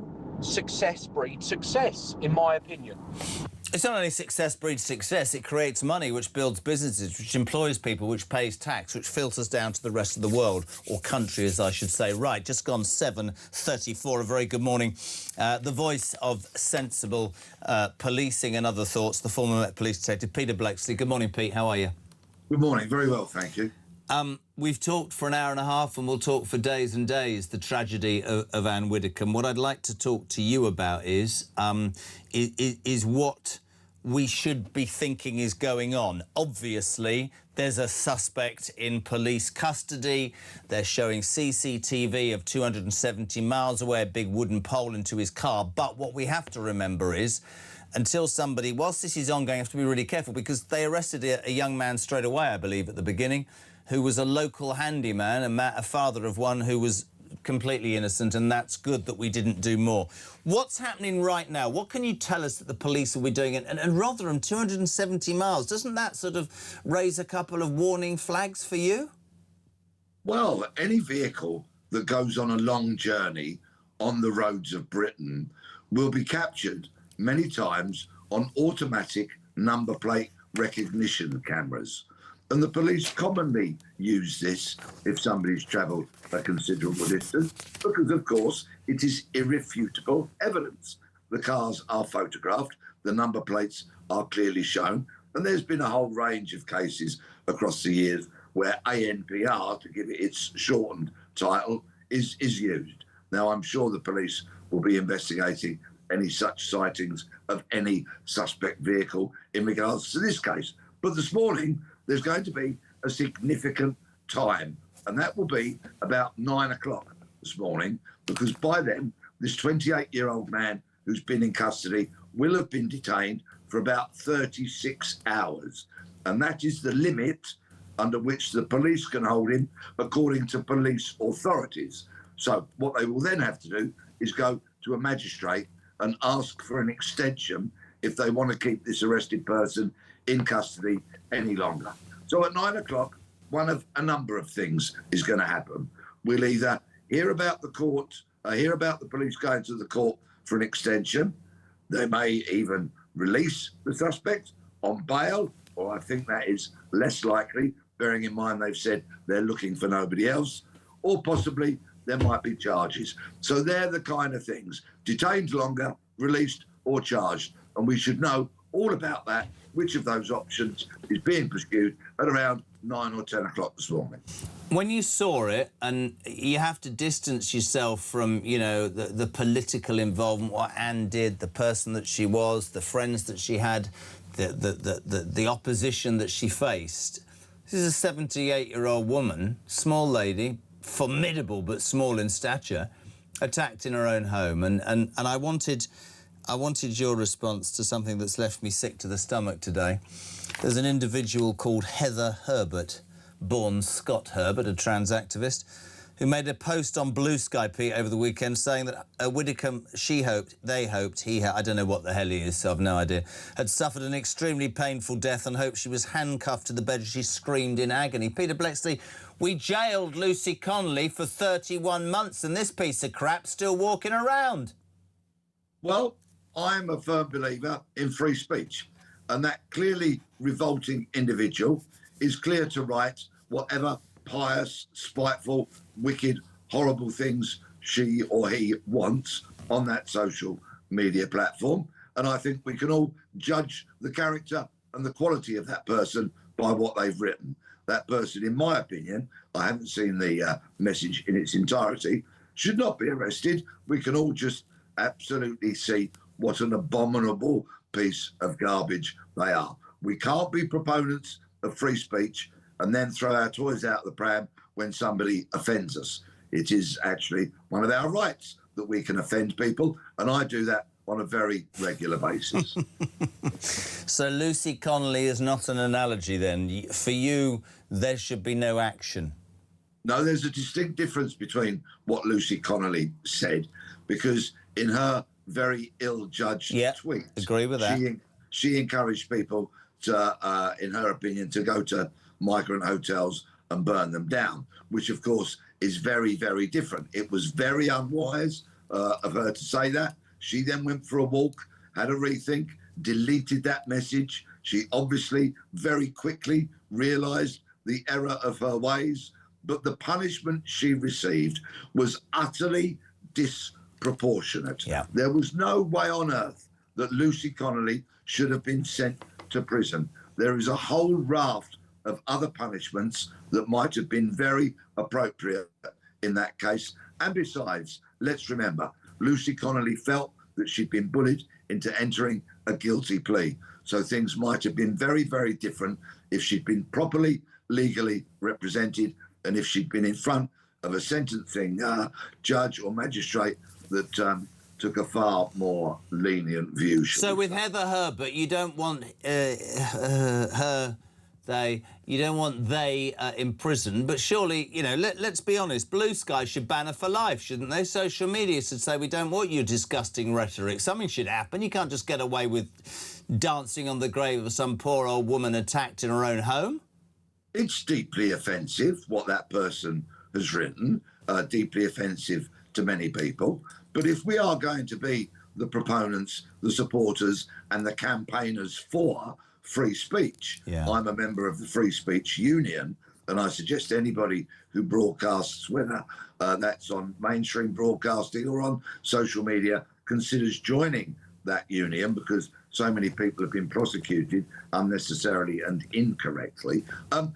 We have to accept that people will write things that offend us. I cannot go on social media, use the vile language that I do sometimes, offend an awful lot of people, and then start shouting and screaming and hollering when somebody writes something that offends me. It's actually one of our fundamental rights that we can offend people. But unfortunately, so often our police seem to take umbrage at that, which is why so many people, including Graham Linehan, of course, were wrongly arrested. And only last week, Mr. Linehan was awarded £25,000 by the Metropolitan Police for that unlawful arrest. Do you think that this tragedy, this death, will rightly start discussions about security, increased security of politicians? I mean, we know that over the weekend Reform has decided out of its own finances to pay for all of its high-profile MPs and people with 24-hour protection. Is this where we're ending up? Is this where we're going? Is this what's going to happen in future? Because it is... I mean, why would anybody want to be a bloody MP, Pete, if I'm honest? Why? Well, you and I have had discussions around security and safety for a number of years. And I broaden this conversation out way beyond politicians and people that have a public profile, because sadly, in recent decades, the police have retreated from the streets. Yeah. Generally speaking, they just don't patrol the streets like they used to. I would imagine that very, very few members of your audience can name their local beat bobby, because they're not there every day. They don't get to see them. They don't have a cup of tea and a biscuit with them. They don't know what's going on in their local community, so much of which used to be done in policing of yesteryear. So because the police abandon the streets, guess who's taken over? Surprise, surprise, the criminals. So there is an obligation upon us all to protect ourselves as much as we possibly can. And by that, I mean, please get CCTV on your home, inside and out. It's come down a lot in price and it is much more affordable. Have a burglar alarm. Make sure you've got proper locks and windows. Make sure that your car is protected with a steering lock, an immobiliser, perhaps a post in your driveway and the such like. When you're out on the streets, don't get your phone out the minute you walk out of an underground station or a railway station. Don't walk around with your headphones in so you can't hear things. You couldn't hear somebody approaching, and so much more. I'm afraid all of us need to have a consideration and look. As a football fan, and thank you for your words about... oh, actually, I've got something else, because Shabana Mahmood today is going to set out some plans on what she's got to do to deport that vile ringleader, the girl that raped 50 young white English girls. Shabia Ahmed released last week, 14 years into a 22-year sentence, run concurrently with a 19 one, so 41 years. I don't know about you, I'd have put the scumbag on a plane straight from prison and just a one-way ticket. You can deal with him yourself, Pakistan. We're not having him back. Thank you and good night. Yes, and of course it would have been 41 years if those sentences were to run consecutively. Yep. In other words, one after the other. But the sentencing judge made those sentences to run concurrently, so alongside one another, if you will. Yep. And of course that led to him being released way too early, but he reached that point where he had to be released by the authorities because, of course, we've got a weak, woke, pathetic, liberal, progressive sentencing council who hand down ridiculous guidelines. In my opinion, he should never, ever have been released. He's an absolute monster and a danger to the public and children, as a parole board said only 2 years ago when they turned him down for parole. Now, Shabana Mahmood is looking to revoke part of the Immigration Act of 1971, which, when it was enacted all those years ago, allowed for people from Commonwealth countries to not be deported if they'd come here under certain circumstances. She can revoke that legislation. That'll be a good thing. However, it's not going to make a blind bit of difference when it comes to this revolting monster, because Pakistan have disowned him. They've said, he's not one of ours. We're not having him. It's your problem. So unless diplomatic moves can get him sent out there, and by that, that's down to the Foreign Office and diplomats to try and deal with it, I'm afraid, as unpalatable and as outrageous as it sounds, I think we might be stuck with him. What a dreadful situation. Absolutely, couldn't agree more. Final question to the legend that is Peter Bleksley, a football fan who's suffered real miseries, and a QPR fan, West Ham for me, nightmare. Is it coming home? We've played crap and we're in the semi-finals of the World Cup, Peter Bleksley.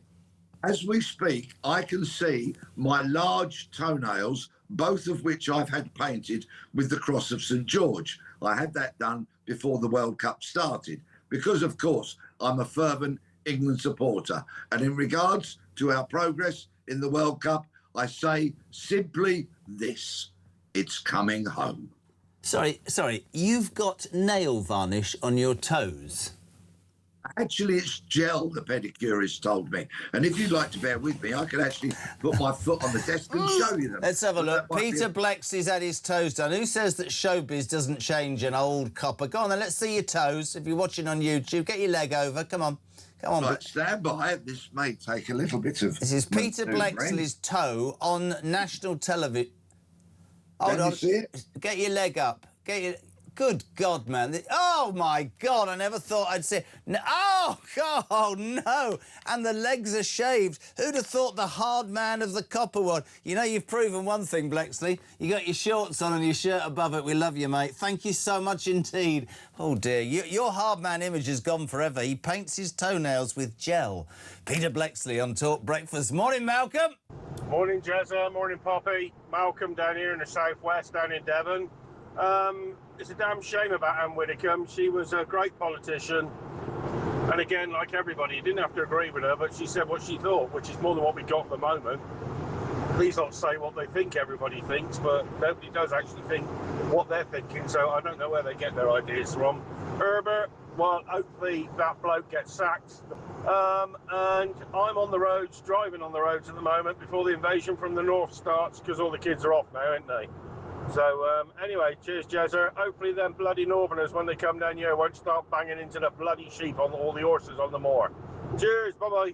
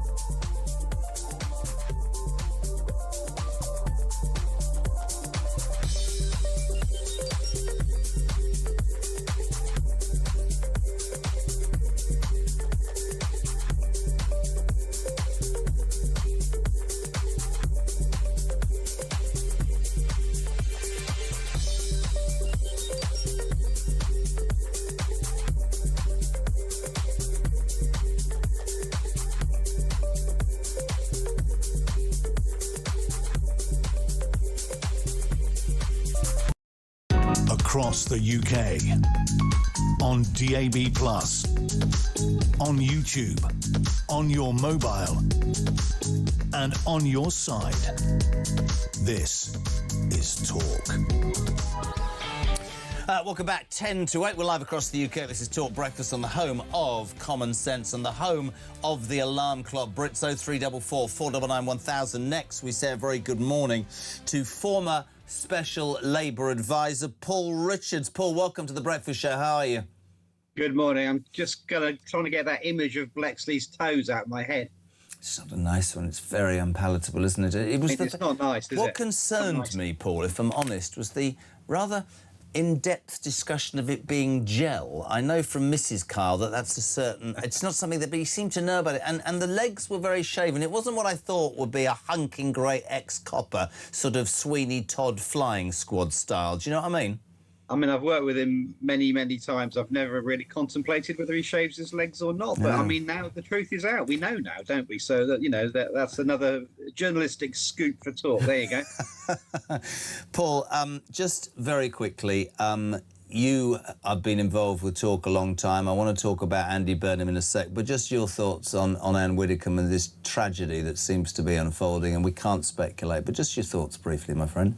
Well, it reminds me of something that Tony Benn once said, which was politicians could be divided up into weather vanes and signposts. The weather vanes just blow with the wind and whatever the prevailing fashion is.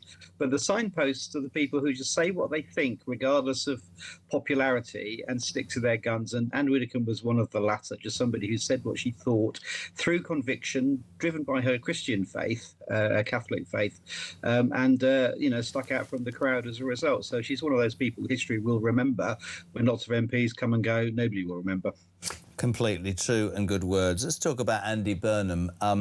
In the midst of this tragedy, it would be fair to say, you and I have always had balanced conversations, that our Prime Minister in waiting, the criticism is that very little scrutiny is taking place. I've long argued, and follow me, and you'll know this, I mean, I don't think an MP should be able to change his seat without, or her seat without there being an election. I don't like the Prime Ministerial thing. I certainly didn't like it when the Tories were doing it. But this is a fact. He's going to be the next Prime Minister. It closes, I think, Wednesday. Nobody's going to oppose him for the Labour leadership. Do you not think it's right what the Tory party is saying, that Parliament should be extended? And this man should not be allowed to sit in Downing Street for 6 weeks with his finger on whatever button. He should at least speak to the people that we vote to represent us to give us some bloody idea of what's going to happen in the next few weeks, months and years, because look at the debacle that was Starmer, who didn't do anything that he said he was going to do because he had no plan at all. Well, our constitution allows this, of course. This is the rules, and it's not Andy Burnham's fault that those are the rules. He will, of course, face enormous amounts of scrutiny. He's going on a tour where he's going to face the public in the next few weeks. He's certainly going to face the scrutiny of journalists who are going to be poring over his every word and utterance. And then, of course, when Parliament comes back, he'll face the best scrutiny in the world, which is the Prime Minister's questions and the liaison committee and the ongoing scrutiny of Parliament that we have. So I think, you know, he will come under enormous amounts of pressure. But don't you think that that scrutiny should be before you accede to the office? Because I do, genuinely I do. Well, you can have a question about constitutional reforms and maybe have a sort of, you know, pre-election hearings, all those sorts of things. But we don't have that in our system. So No. he's adopting a system that is there, and he's got to now prove his worth. I mean, he's right, I think, to go out to the country because lots of people in the political world know him, but he's still a bit of a new face for lots of people, particularly younger people, because he left Westminster all those years ago. So, you know, he's doing the right thing, but it's not his fault, is it, that we have a constitution? No, but he wants to do... No, I get that, but he wants to do things differently. He wants to be somebody who appeals across the section.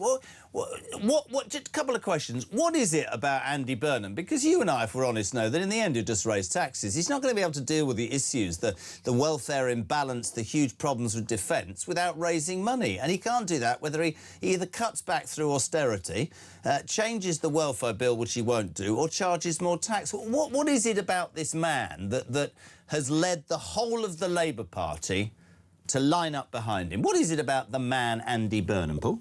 The premise of your question is that you can't do those things without growth, but he's going to get growth in the economy like he did in Manchester. How? Because he's going to unleash the forces of the economy out of London and the southeast, and he's going to put investment in to get some of those jobs. Where's the money for the investment coming from? That's my question, I guess. And I think he'll actually stimulate growth in some sectors by cutting tax, actually. I think you might see targeted things like national insurance cuts for certain sectors like hospitality so that he can get some growth. And when you get growth coming into the economy, like Labour managed under Tony and Gordon, then you do get the money extra that you can spend on the public services. The same cake. He's talking. You would know this, that most people, whether they're political or not, I said this the other day on the show, if you knocked on most doors, north and south, east and west, they'd say probably 4 things. We need to stop the boats. We need to cut this crazy net zero and start drilling because there's a resource that will pay off all of our debts. We certainly need to look at a welfare benefits bill that now outstrips the money we get in from people who work, and we need a proper national wide-ranging grooming/rape gang inquiry. Do you think he'll do anything about the benefits bill? Yeah, I think he'll implement the suggestions that came through in Alan Milburn's big report to get about 1 million young people who are currently on the dole into work or apprenticeships or education. I think that's one of his big priorities for next week. We'll be sorting that out because he can't have 1 million people doing nothing. But do you think he'll deal with the scammers and the feckless, not the genuine people? Do you think he'll do something about the people who are being paid to, I'm afraid, do nothing? I think the way to understand Andy Burnham is that he's not ideological. He is about what works, and I think he's not doesn't belong to one Labour faction or another. He'll bring people in from, whichever part of the party that have talent and drive. So, somebody like Shabana Mahmood, I suspect, will stay in post to finish off that on the small boats and the illegal migration. But then he may open up the oil field as well. He may do left-wing things and right-wing things if they work. Any idea who the Chancellor might be, Paul? None whatsoever. They're being very tight-lipped, I have to say. There's no leaks. They're holed up on the 5th floor of Portcullis House doing all of their planning and plotting with James Pennell and others up there, and nothing is leaking out at all. It's hermetically sealed. So we'll see. I think big surprise when it all comes out. But I think it will be an interesting cabinet.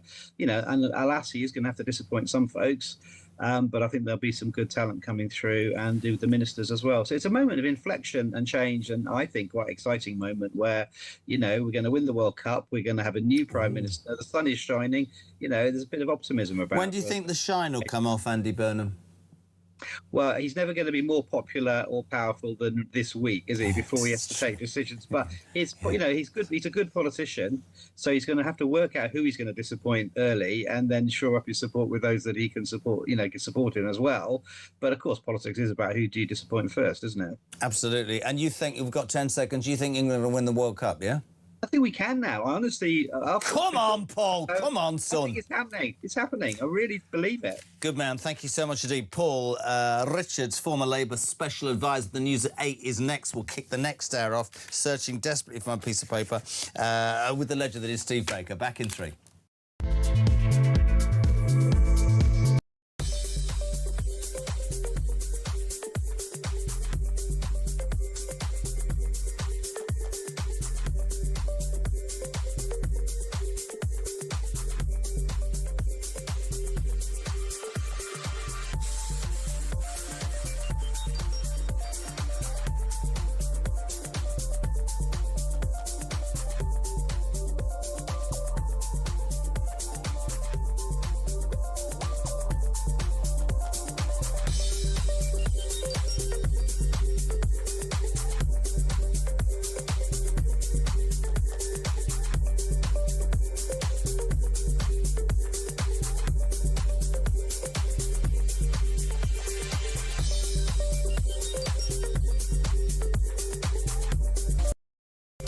And I've decided today I will resign as a Member of Parliament for Clacton-on-Sea, thereby forcing a by-election, which would happen, I hope, in short order.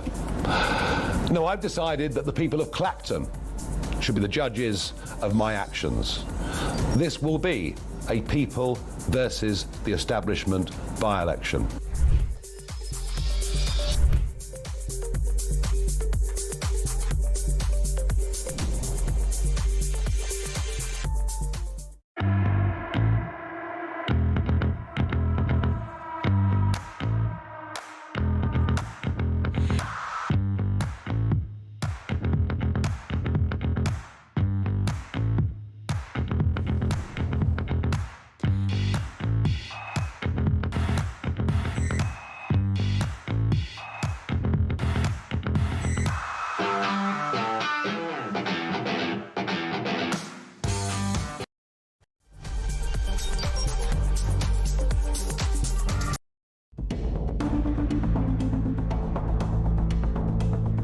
For over 20 years now, I have been subject to constant demonisation by the press. For daring to be outside the consensual view on many issues, I've been attacked again and again. And I am the most physically and verbally attacked public figure or politician of modern times. Yes, you will know of some of the incidents: milkshakes thrown in my face, placards bashed over my head. But let me promise you, you only know about a fraction of the number of times that I've been assaulted. It would seem from the last couple of years, from the way I've been treated, that the press would rather our members of Parliament had no assets and no wealth at all. They seem to fundamentally object to any MP that has outside income. Indeed, they view those that have continuing business interests with severe scepticism. Making money is not a crime. Let me be absolutely clear. After the furore and the media pile-on, well, not just the media, the other political parties too, let me be absolutely clear. I have done nothing wrong. I have not broken the law in any way at all. I have not misused public money. And you know, for the first 2 years of being an MP, my personal MP expenses are zero. I've thought about it hard, and I've decided today I will resign as a Member of Parliament for Clacton-on-Sea, thereby forcing a by-election, which would happen, I hope, in short order. No, I've decided that the people of Clacton should be the judges of my actions. This will be a people versus the establishment by-election. It's a chance to stick 2 fingers up to the entire establishment, to frankly tell them where to go. And that is why I will be putting my name forward to stand in this by-election. I will fight to win. I will fight to continue the political revolution that reform has started. And I would say this to you, the voters of Clacton: if I win, you win. Across the UK, on DAB+, on YouTube, on your mobile, and on your side. This is Talk.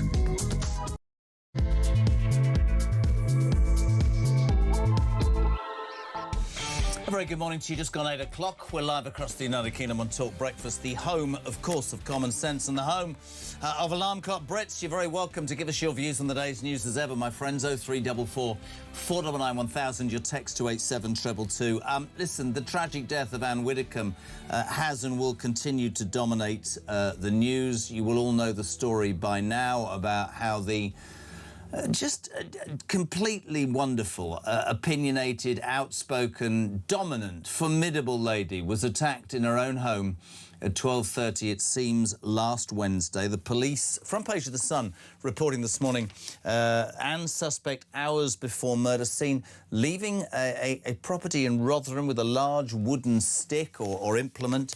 That man is in police custody. The police say they're looking for no one else. We have to await what that means. But obviously, along with the tragedy, and certainly here at Talk, it's been felt massively. She was a regular face, a voice of reason, and somebody who was permanently part of so many of the shows. In fact, tragically, her last ever interview last Wednesday at 8 o'clock was with Mark Dolan. He was doing the show for me that day. And she was, the police say, then attacked a mere 4.5 hours later. What she talked about in this interview is very interesting. It was about the establishment attacking Nigel Farage, and it talked about many things. Let's just have a listen to the last ever interview that Ann Widdecombe gave on Talk. I've got very little trust left now in parliamentary processes. And if you look at this government, which has a majority on that committee, look at the way that it's reacted when it's felt vulnerable, you know, changes to political donations, cancelling local elections. Nigel is challenging that establishment, and he's called this the establishment versus the people. The attitude previously of politicians was that you just had to endure it. He has taken this decision because he wants an end one way or the other. And he's right to do this. You know, they're going to lack credibility if there's a by-election and a huge majority for Nigel.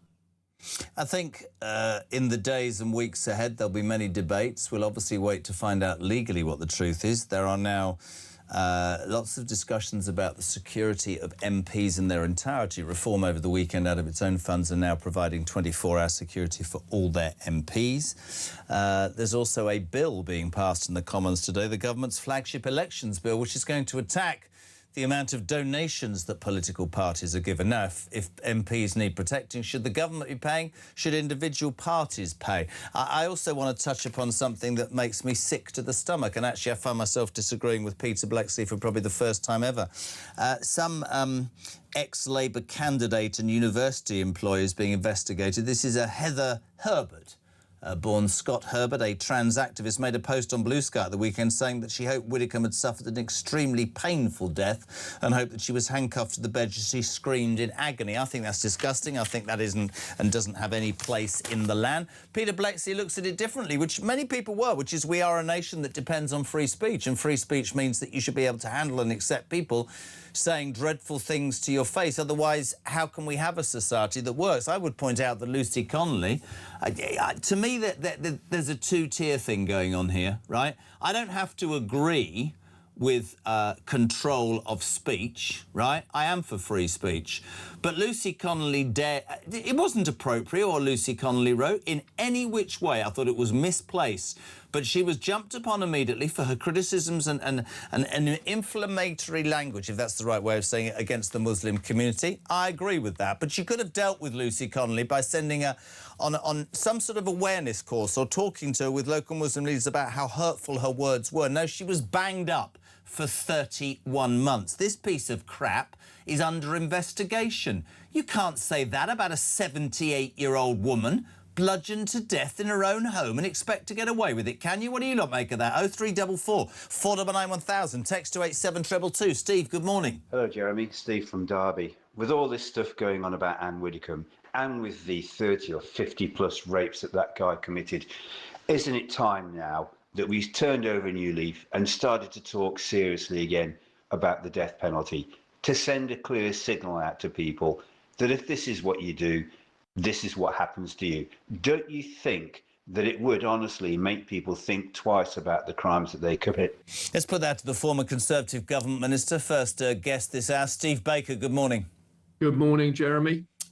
Let's start, as we've started with all of our guests, with your thoughts, your reaction to the tragedy of Ann Widdecombe's death, and whether you knew her, but your view of that and the wider context of what's being discussed, my friend. Well, I was absolutely horrified, of course, like everybody else, and no one deserves death. No one deserves to be murdered. It's really appalling. She must have been so frightened. And, you know, we just need the facts now. But, yeah, of course, like everybody else, I was absolutely appalled. I didn't know Ann Widdecombe. Obviously, I know lots of people who did know Ann, and they're really shocked. She was a person of immense character and resilience and resolve. You certainly knew where she stood, whether you agreed with her or not. And I'd just like to respond to what you said about that person who said terrible things about what they hoped about the manner of her death. Some people really disgrace themselves by what they say. And in a country like ours, we should have free speech. And I think Ann Widdecombe would have stood up for free speech. She certainly did in the course of her career. But she would also, I think, have condemned that person for the disgraceful nature of their remarks. So they should be free to say these things, and they should expect to be stridently condemned when they say something monstrous. But to me, I'm not actually conspiratorial, Steve, but there's two-tier policing in this country. There's no doubt about that. One of the chief, I'll never forget this, one of the chief political voices, police voices in Rotherham, when I interviewed them a couple of years ago, and I said, why has it taken you 8 years to get to the point where you dealt with these vile human beings that raped young English girls? And he said to me, and I'll never forget it, we didn't want to go too quickly where we upset local communities. You cannot possibly tell me that we can get to a point in the world where we don't investigate crime for what it is, which is absolute condemnation, and probably by now 6 police would have been at that person's door. It's just how I feel about it. I just think it's disgusting. Let's talk about protection, though. Yeah. Do politicians need more protection now? Well, quite a lot is already done for politicians, including support at their surgeries to make sure that they've got security there. As Minister of State for Northern Ireland, I was under what they call lifestyle close protection, which means you're with armed officers at all times when you've left your accommodation. It is obviously very expensive. You know, every day, officers are with you from the moment you leave your accommodation until you're deposited back there in the evening, whatever you're doing. So my wife came over to Northern Ireland. We had a lovely weekend in Northern Ireland. We had armed officers with us at all times.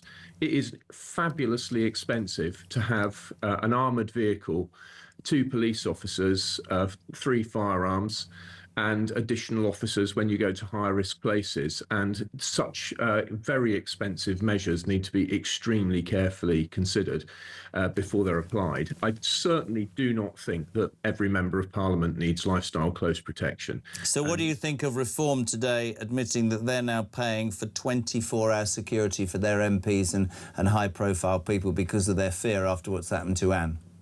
I think it is overblown, and I think you can understand why anyone would be afraid. I certainly had death threats during my time as MP for Wicklow. Overblown? How can it be overblown?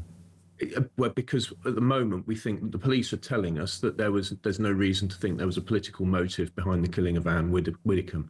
Members of Parliament serve their communities by being a part of their communities. No, I agree with that. But then, mate, I'm not against that, and you did it. But I think this goes further.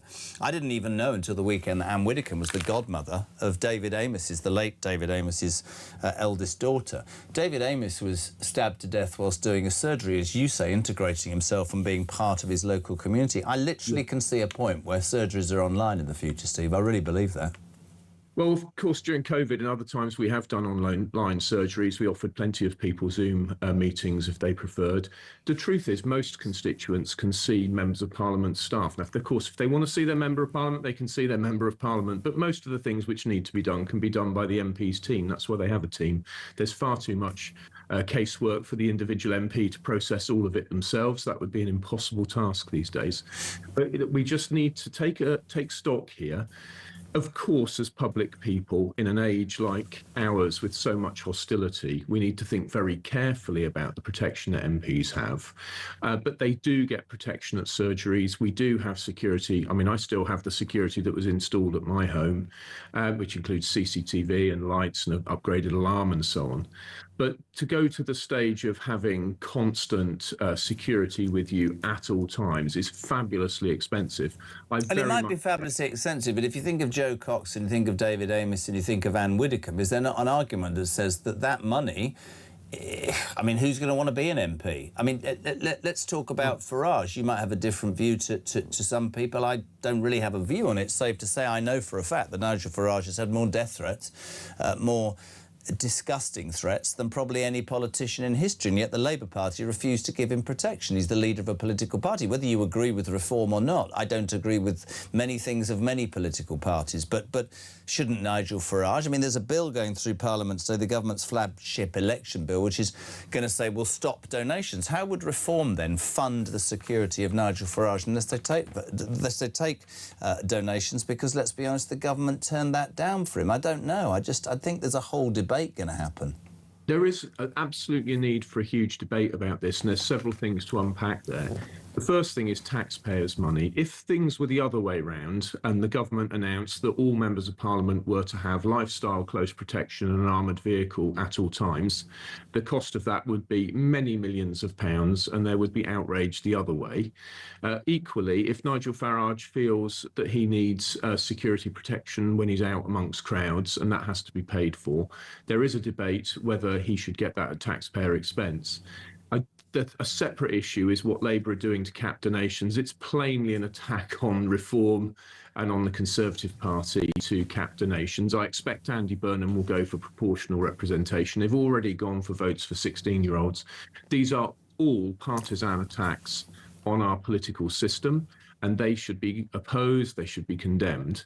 The particular issue of what kind of security MPs need, I think just that we do need to take stock, get the facts, and think about what would be proportionate cost to taxpayers. If you thought about restanding one day in Wickham or another constituency, would what's happened to Ann Widdecombe, David Amess, Joe Cox, would that put you off, Steve Baker? Absolutely not, because when I was first elected in Wickham in 2010, I knew that several terror plots had been plotted out of Wickham, I'm sorry to say, although the vast majority of people here are law-abiding like everywhere else. And I knew that there was an outside chance that my life would be at risk by being a Member of Parliament. And I'm sorry, folks, it's serious being an MP, and we are typically treated with contempt by the public, and that's fair enough. That's one of the safety valves in our system. But if you want to be a Member of Parliament, if you go into public life, if you put yourself out there, if you go most days of the week to a place which has armed officers, you have to expect that you will be at heightened risk compared to a private person. And that's not to say that it's right. It's not right. It's absolutely wrong. But if you those are live pictures, by the way. Just can I say, if you're watching live pictures at the scene outside Ann Widdecombe's house in Hayter in Devon, just so if you're watching, Steve. No, it's I get that, absolutely terrible. But I think we have to just be realistic about what proportionality means. Yeah. This person who's killed Ann Widdecombe apparently had no political motive. Now, we need the full facts. They will emerge in proper time. I completely agree, and I think that anybody that jumps on the bandwagon and says, what do you mean apparently? We don't know. We can't, and it's not fair in the legal process that's now going to unfold for anybody at all to have any comment on that. I completely agree. This will make you smile, though, Dave. Dave has sent this, Steve. He says Anne would have laughed at these people who are saying these things about her death, and then she would have put them completely and utterly in their bloody place. Well, that is absolutely true. She certainly would have done with great force, yes, and it would have been terrific to watch. Steve, let's move it. We're not going to be able to move it on from Ann Widdecombe, and certainly we won't. There's a couple of other things I wanted to talk to you about. In a week's time, A man who got 24,927 votes in Makerfield will accede to the leadership of the Labour Party unopposed. He will then become the Prime Minister of the United Kingdom. The Tories this morning, and I think quite rightly, calling for Parliament to not disappear on its usual 20-week recess, or how many, 6 or whatever, and actually should be delayed or whatever, because he will not, until the beginning of September, have to face the people that we elected to scrutinise the government. Is that fair? And do you agree with the Tories who are calling for Parliament to be recalled? Because I do, 1,000,000%. I think they're calling for one more sitting day so that he faces PMQs, and I think that is perfectly reasonable. Yeah. For Parliament to sit an extra day for the Prime Minister, as he will then be, to face PMQs is perfectly reasonable, and he should do it. He should have the confidence to do it. If he doesn't have the confidence to answer questions in the House of Commons on that day, you do have to wonder whether he's fit to govern the country. But of course, he will prefer to have weeks to prepare himself, to work out what his agenda is. I mean, ministers, all like all MPs, ministers arrive at recess with huge relief, thinking, at last I can sit down and do the job that I've got here as a minister. You know, Parliament's a continuous rolling conference on everything, and people listening to this who've been to conferences will know it's very difficult to do your main day job when you're constantly at a conference. And that's what Parliament's like. It's not a complaint, it's just a statement of what it is. So the Prime Minister, the new Prime Minister, will be absolutely yearning to get into a recess and to work out what he's doing. And but do you think it, I mean, sorry, I know you're so carb, I'm not. Is it right that you should accede to the job of Prime Minister of this country without already of telling the people what your bloody plans are? I hear he's holed up on the 5th floor of Portcullis House, sat there with his advisors working out what he's going to do. I don't think you should be Prime Minister until you've told us what you're bloody well going to do, and we fell into that trap with the old nasal knight, because he patently adopted the Ming Vase policy of saying absolutely bugger all because the Tories have messed up so spectacularly, and he got the biggest post-war majority, and look what a mess that's been.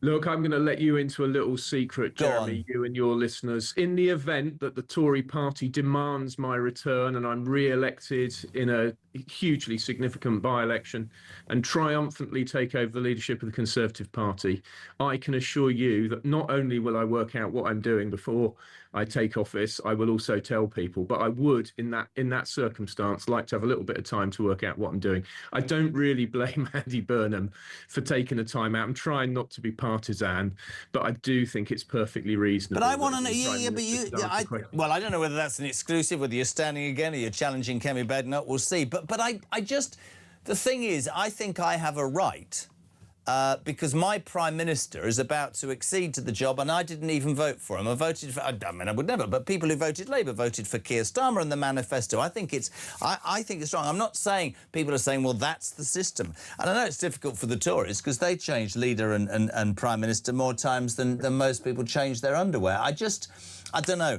Burnham is just, to me, I think the gloss will come off really quickly. And I read this morning in a newspaper that he plans a 38 billion tax rate. Of course he does. Yes.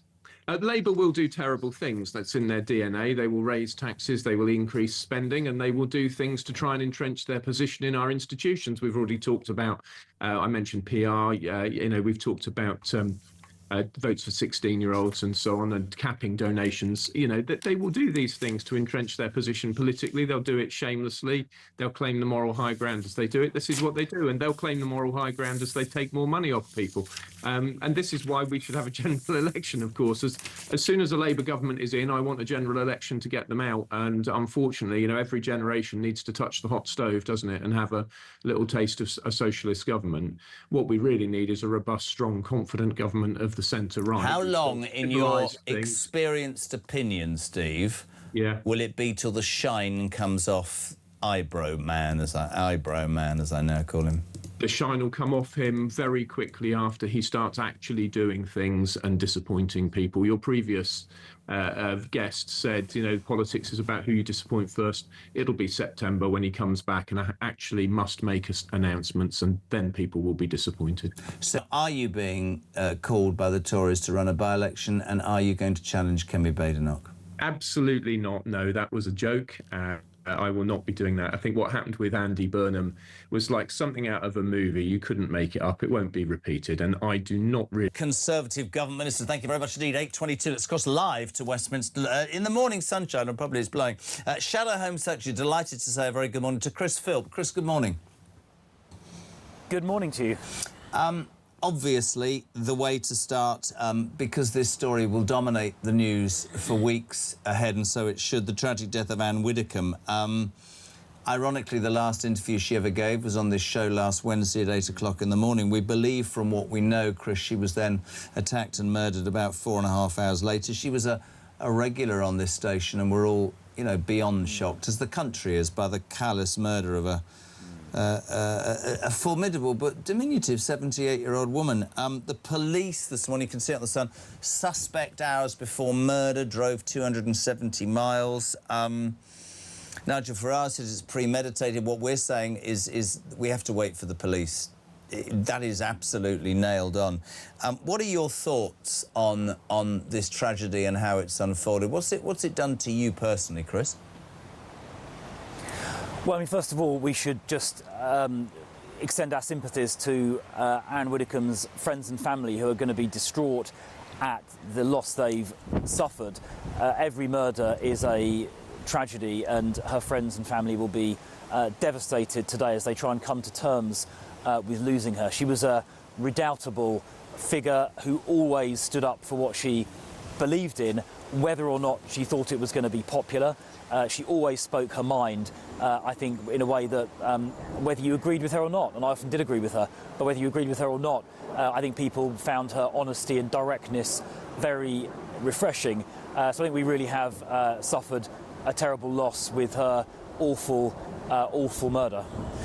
Where are you on MPs' protection? There seems to be the beginnings of a debate, Chris, on not actually just reform across the political spectrum, that you know, this really does need dealing with. We think of Joe Cox, the Labour MP so cruelly taken, David Amess, who I didn't realise Ann Widdecombe was the godmother of one of his children to the weekend, both of them callously taken. Ann Widdecombe, do you think that politicians, you're a politician, do you look over your shoulder? Do you think that you can understand fewer and fewer people want to get involved because of this? And do you think the government should be protecting politicians more?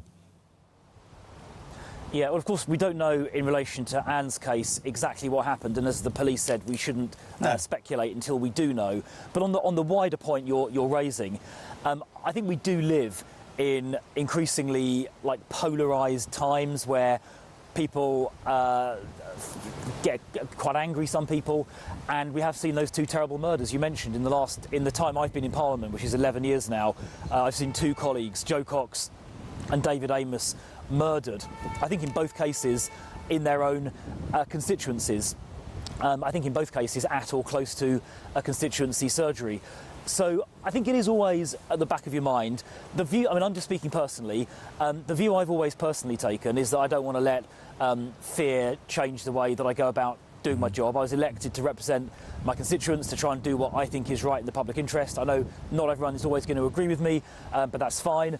And I try not to let those kind of concerns prey on my mind or change the way I do my job. I do think Parliament, the government, should make sure that any kind of threat is dealt with quickly, that whatever protective measures are needed get put in place. But you can't equally wrap people in cotton wool 24 hours a day, so it's a really difficult balance to strike, to be honest. But I think any time there is any sort of credible threat, the government and Parliament should be acting very decisively to put in place protection, which I think in some cases, you know, has happened. There are some MPs, I'm not going to mention which ones, but there are some MPs who have special protection, not even ministers, but just regular MPs, because there are threats, and it's important that where that happens, there is really tough protection put in place. The two things that I know the minister that you shadow, Shabana Mahmood, has been talking about and will be involved, I'd love your take on. Firstly today, I mean, this is beyond me. Home Secretary Mahmood will set out today the legal steps she will take to deport the freed ringleader of the Rochdale rape gang, Shabir Ahmed, Released last week after 14 years of a concurrent 41-year sentence. Please tell me if your Home Secretary will make people serve the whole time. Has been released, and a government with 183 majority, Chris, who could instigate legislation to allow people to drink overnight from 5 till 5 a.m. to watch the football, are only talking about legal steps. This is appalling. This piece of rubbish should be deported from this country straight away, whatever it takes, shouldn't he? Yes, I completely agree on all those points. I mean, number one, rapists should never be released from jail early. We're very clear about that. Labour is releasing rapists early. That should simply not happen at all. Secondly, yes, this man, Shabir Ahmed, and frankly, all foreign criminals, particularly those involved in the rape gang scandal, should be deported as a matter of urgency. This change to the law, closing the loophole, should be done in emergency legislation, as you say, in a matter of a couple of weeks. Amending regular legislation will take probably a year. That is far too long. We changed the law back in 2020 to keep... There was a terrorist who was due to be released from prison. I think it was on the 28th of February 2020, and we changed the law in about 2 weeks to make sure that terrorist... Well, I'm thinking about British Steel. They should do the same to close the loophole. British Steel, they changed the law instantly to deal with it. It's beyond me, but are you guys in the Tory party supporting Mahmood, or are you saying, no, it needs to be quicker? Because, I mean, I had somebody on this morning, I can't even remember, my brain gets addled, saying Pakistan don't want him back. I don't care Pakistan don't want him back. He raped children in this country. Goodbye. Yeah, exactly. So, look, I mean, I will be saying today in Parliament, when we debate this, that there should be emergency legislation, and I'll make clear that we, the Conservatives, would support emergency legislation to kick out Shabir Ahmed. If Pakistan don't take him back, then we should cut foreign aid and also stop issuing visas to Pakistani citizens wanting to come into the UK. That would force them then to take him back. There is actually, though, another problem, which is that even if those two things were done, it's very likely, in my experience, that Shabir Ahmed would then make a human rights claim under Article 3 or Article 8 of the European Convention on Human Rights, and he would probably succeed in making that claim based on other cases, similar cases that I've seen. So that is why we also need to come out of the ECHR to enable us to deport vile criminals like Shabir Ahmed and many thousands of others like him, foreign criminals, who use the ECHR, abuse the ECHR, in my view, to stay in the UK. They should all be deported, but to do that, we do need to leave the ECHR as well. Have you time for one more quick question? Go on. Ex-Labour candidate, university employee, Heather Herbert, born Scott Herbert, a trans activist, disgusting comments about Ann Widdecombe online over the weekend. I hope she had an extremely painful death, and I hope she was handcuffed to the bed as she screamed in agony. I'm not asking you about that individual, I'm asking you about free speech. For me, Lucy Connolly wrote some pretty wrong things, but was jailed for 31 months. I mean, this person's just being investigated, I fear, because of the activist that she is. But the point of the matter is, should we allow that free speech, or is there a line, Chris? What's your take on that, my friend? Well, I think where someone is inciting violence or inciting hatred, that is not acceptable. I haven't seen the details of this tweet, but I think incitement of hatred is not right. I would certainly think that Lucy Connolly was treated disproportionately. She was imprisoned, as you say. Other people have said far worse things than Lucy Connolly and received no sanction at all, which strikes me as an example of two-tier justice. We need to treat people equally, and I don't think, although I obviously don't agree with what Lucy Connolly said, I do think she received a disproportionate punishment, and like I say, other people said far worse things and suffered no consequence at all. Absolutely agree with everything you've said this morning, my friend. Fantastic to have you on as ever. We know you're a busy man. Chris Philp, Shadow Home Secretary in Westminster, thank you for joining us on Talk Breakfast. 8:31. We're live across the United Kingdom. 0344 499 1000. Voice notes, texts and calls. It's your show, Alarm Clock Brits. Morning, Rob. Morning, Jez. So sad about Ann Widdecombe this morning. Let's forget this is a really small little old lady just getting on with her life. She chose to take politics up, and she was one of the few who actually spoke from the heart. I think when she spoke, people listened. You could believe what she said. I don't think she tried to ever hide behind anything. Some of the rhetoric this morning from different sorts of people, and I think the internet becomes an evil vehicle for people at times, and this is shown by the way people are conducting themselves, talking about a little old lady in such a fashion, killed in such a brutal way. God bless her. I hope she's dancing in heaven and making everybody smile the way we did down here.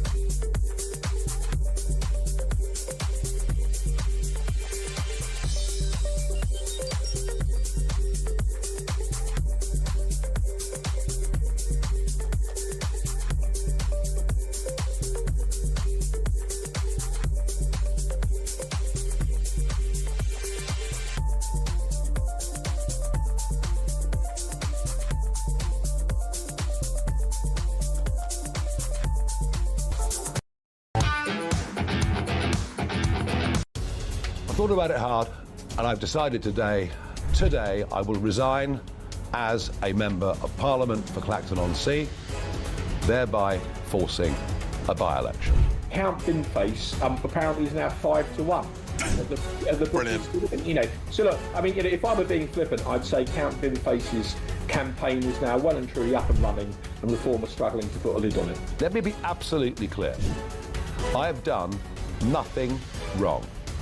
I have not broken the law.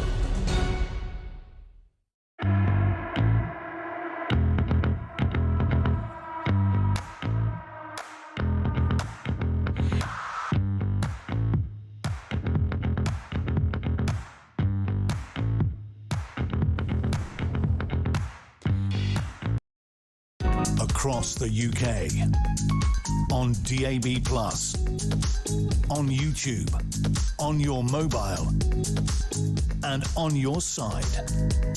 This is Talk. We're about 25 to 9. We're live across the United Kingdom. Eileen, thank you very much indeed. Appreciate it. Bill, Jez, you keep saying we'll wait to hear from the police and not speculate in respect of Ann Widdecombe. Problem is, nobody trusts or believes a word the police say anymore. Not them, not our politicians, or not indeed the mainstream media. Brilliant. John McLean. John McLean. What are you thinking, Christian? John McLean, what are you thinking? Doesn't get it. Good man, well done, die hard. John in Longford, really. All this talk of Burnham not telling us his agendas because he doesn't set the agenda. Burnham is just another bleeding puppet, like Starmer was, happy. Paul's in Faith, hey! I love Scotland. I was there for the weekend for my daughter's graduation. What a wonderful country, honestly. Great, love it. Why are the police telling us not to speculate about the motives behind the murder of poor Ann Widdecombe? Of course we will speculate. Why is that a problem? What possible impact can it have on the investigation? It's just another meaningless soundbite from a police service who have zero connection with the British people. Hello to Steve. Jez, so Burnham is going on tour to be scrutinised by the media, what with questions like, what butter do you like on your toast in the morning? It's probably wrong to say butter, he's probably a vegan. I'm joking, I'm messing. Now let's say a very good morning. Oh, actually, go on. Damon, good morning. Morning, Jamie. Damon from Wigan. Your guest, Paul Richards, former Labour Special Advisor, and he says that Andy Burnham's going to get growth in the economy. Andy Burnham's done nothing in Manchester but sell it all off to the Chinese. So, I mean, where do these idiots get off where they say Burnham's done this, Burnham's done that for Manchester? Have you been to Manchester? I mean, you want to go around it, Piccadilly Nightmare, with the camps and everything else. He's done absolutely... Manchester now is one of the top-ranking places not to go to. I think you're missing the point, though, and I think you're being very unfair. What about the bee bus line? Yellow, because that's the colour of bees or wasps. That's really successful. I have to say, I worked in Manchester for 15 years, long before. Maybe Burnham was the mayor before I was finished. I never used the bus, though, obviously. Christian, don't start, no. Because they stop and let other people on and don't say... You know what I mean? It's sort of painful. But, on a serious note, There's a lot of talk south, you know, Burnham saved Manchester, Burnham's going to do the same, Burnham's a legend. I'd love to hear from you if you live in Manchester, because I haven't heard anything about how brilliant he is. If I speak to people from Manchester, they say it's a bit of a nightmare. What do you make of it? 0344 499 1000. Right, there's a new kid on the block. The new political correspondent of The Sun. Poor bugger's on this show this morning. Tom Scotsman, good morning. Good morning, Jeremy. Thank you for having me on. Tom Scotsman? What are you trying to tell me? Are you a Scotsman? Are you a Scotsman? No, it's actually Scotson, or son of Scott. Right. Somebody's written the wrong bleeding... You've made me look Jeremy, like an... I get it all the time, don't you? Well, you might get it all the time, but heads will roll here. What's going on? Scotson. I do apologise, my friend. Front page, obviously, of The Sun today, and there's a lot written, and there will be, on a continuing tragic story of Ann Widdecombe. The paper reporting Ann suspect hours before murder. A video footage, Tom, of him, this suspect, getting into a car. He seems to have a large wooden pole with him. He then is driven 270 miles, or drives 270 miles, because CCTV footage will have picked it up. We know no more than that, and it's really, really important to make the point that the police... We shouldn't speculate, and the police have to get on with our job. But what can you tell us? What more do you know, my friend?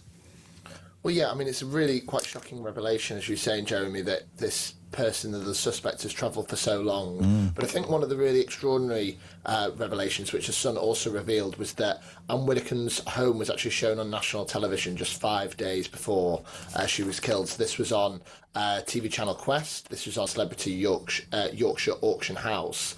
And this featured Ann Widdecombe on the show speaking to TV presenters. At the moment, of course, as you said, that police saying that there's no political motive. Yeah. But obviously, the main problem is that this has obviously caused huge distressing signals, particularly within many people within Reform, because Ann Widdecombe was a Reform member and a spokesperson during the general election time. So they have also given security to all their MPs at the moment and senior figures. So it's a difficult one, Tom, for Reform, isn't it? Because, I mean, there was criticism of Nigel Farage going and laying those flowers, and then there was criticism of the Reform MPs yesterday. You see them there, Lee and Zia and Richard, going and laying flowers at the memorial.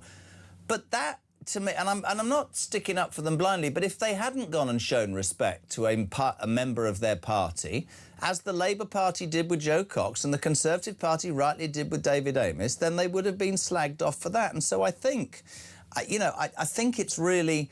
It's a difficult one, because there will be questions, irrespective of whether we are, of course, respecting the police. But, you know, the first thing I thought when I read the Current this morning, the Sun, the front page, was, well, why would you drive 270 miles unless you had a grudge or something? It obviously isn't a burglary. So, look, we have to wait and see. On the wider issue of security, you made that point with Reform.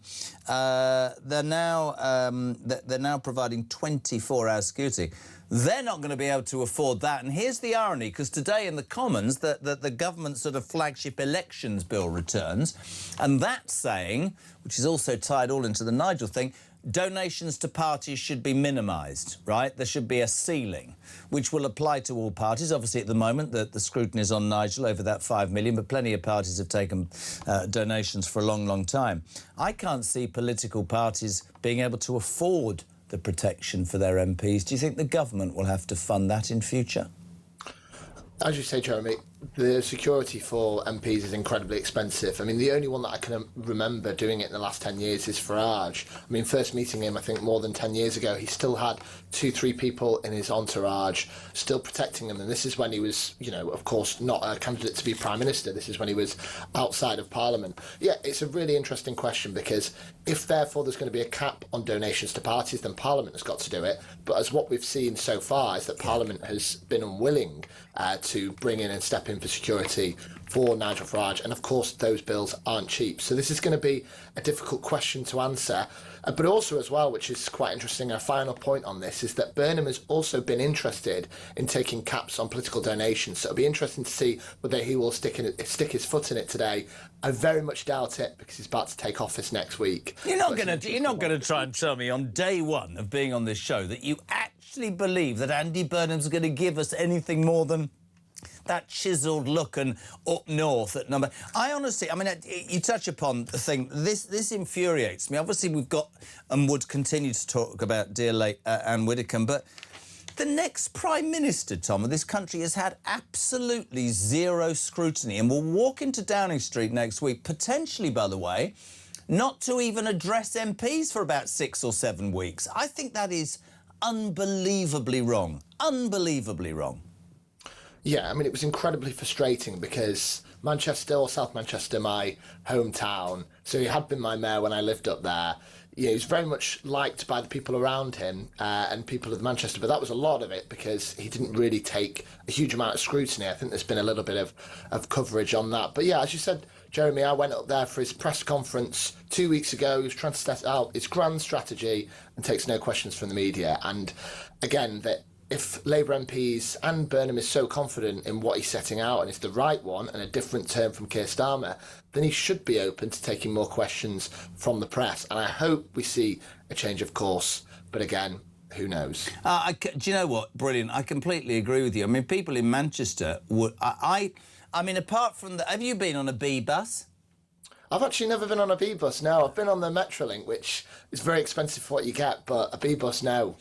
Mate, you are always welcome on this show. I will go and obviously create havoc for them. It's Tom Scottson, for goodness sake, you useless people. Final question. Are you a Scotsman, by the way, Scottson?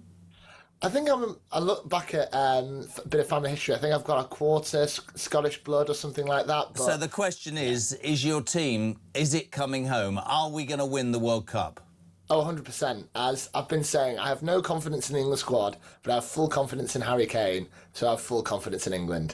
Brilliant, good man. Great to have you on. We'll have plenty of him, ladies and gentlemen. Tom Scottson, political correspondent, new to the Sun. Thank you, pal. 17 minutes to line. Very quick call. Ben is in Lincolnshire. Ben, good morning. Welcome to breakfast. Morning. How you doing? I'm all right. Oh, after listening to what you said, I'd heard on Facebook about that transgender activist. I hadn't actually realised exactly what he'd written, though. I mean, it's disgusting. But the people on the left always claim, oh, the right are horrible, they're disgusting people, and they're violent and vile and all the rest of it. And yet, if you look at what happened with Charlie Kirk, and then look at some of the hatred that's been spewed about Ann Widdecombe, it's just like the people on the left. It's like Peter Tatchell came out and he said something as well about it, and it's just like, what? I don't get it. Yes, I admit that certain vile murderers and paedophiles, you read about them being killed in prison. It's like, yeah, excellent. Glad. Right, and Martin McGuinness. Listen, I'm.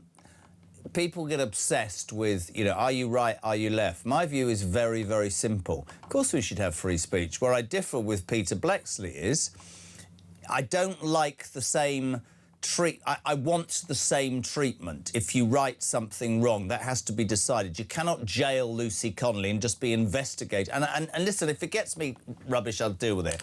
I repeat the story again and again. The policeman in Rotherham, it took 8 years, I said to him, why did it take you 8 years to investigate these rape gangs? And he said, we didn't really want to cause sectarian problems and upset the local community. So you're talking about the British Pakistani community, of which those men came from. That's a fact. It's not racist. It's a fact. Yes.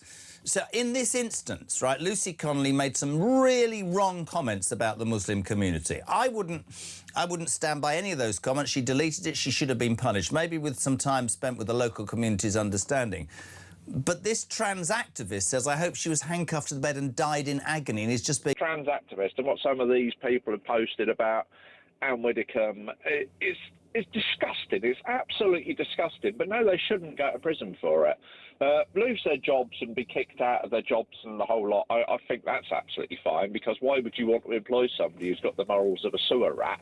But no, she shouldn't go to prison, or, sorry, he shouldn't go to prison for what he's written, because other than it just being vile, he's not actually said that somebody should go out and kill Ann Widdecombe. He's just posted actual vile, horrible stuff about the way that poor lady's passed away. Completely agree. Great. Actually, thank you, by the way, Ben. And Rosser in Yorkshire makes the point. This creature, Heather Herbert, should suffer the consequences of her vile public comments. All employers will have a contractual clause relating to bringing their place of employment into disrepute. So in the first instance, she should be fired immediately.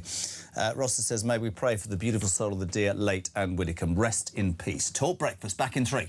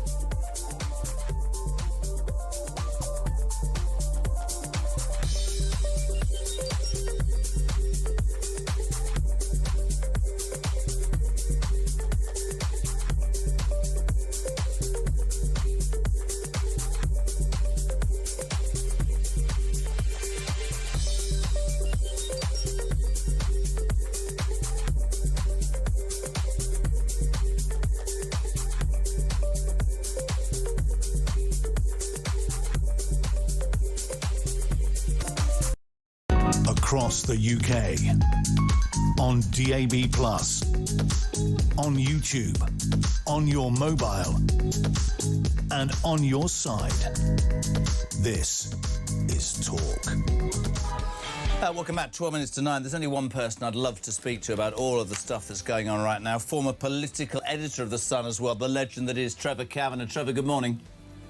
Good morning, Jeremy. I'd love your take on all of this. You must have interviewed, spoken to Ann Widdecombe on several occasions. What was your take of a lady who you wouldn't have agreed with her the whole time, but it was the formidable conviction rather than the politicians we get now, Trev, who check with the focus groups and the Facebook this and speak to all these advisors. You just felt with her, this is what I think, and I'm going to argue about it until that's it. That's my opinion, and I'm entitled to it. Absolutely, and I have to say that on most counts I agreed with everything she said. I thought she had that striking ability to speak for the ordinary member of the public, but who maybe wasn't as well informed as she was, and she was extremely well informed. She researched everything, she was meticulous, she was highly intelligent, and I mean, she spoke fluent Latin, just as an example of that, but she was also a person who marshalled all her thoughts and opinions and was ready to declare them fearlessly, no matter what the opposition may be, or the counter-arguments, indeed. Obviously, front page of The Sun today, there's a murder suspect. We have to, quite rightly, allow this to take its time, the police to do their job. People are phoning and saying it seems strange that, you know, 270 miles and all that, but they don't believe it's politically motivated. But it does, of course, raise many issues now on the back of Joe Cox and David Amess, MP's security. Can you see a time or a place where that's going to become more and more important and we have to even protect almost every member of Parliament? Well, I think sadly we've reached that point, haven't we, Jeremy? I mean, we've seen figures today showing that assaults or attacks on police, burglaries, on MPs, and burglaries of their homes and so on. Some of them violent attacks have increased by 10% in the last 12 months to very nearly 1,000. So I think that time is already here. And whatever the police say, I cannot believe that this murder was not motivated by someone in Yorkshire seeing what she was saying on television about the issues of the day, whatever they may have been on television. I mean, people don't just get up out of their homes. They very rarely leave, apparently, drive 300 miles for 4 hours. Activist Heather Herbert, formerly Scott Herbert, who wrote on Blue Sky, I hope she suffered an extremely painful death and was handcuffed to the bed as she screamed in agony.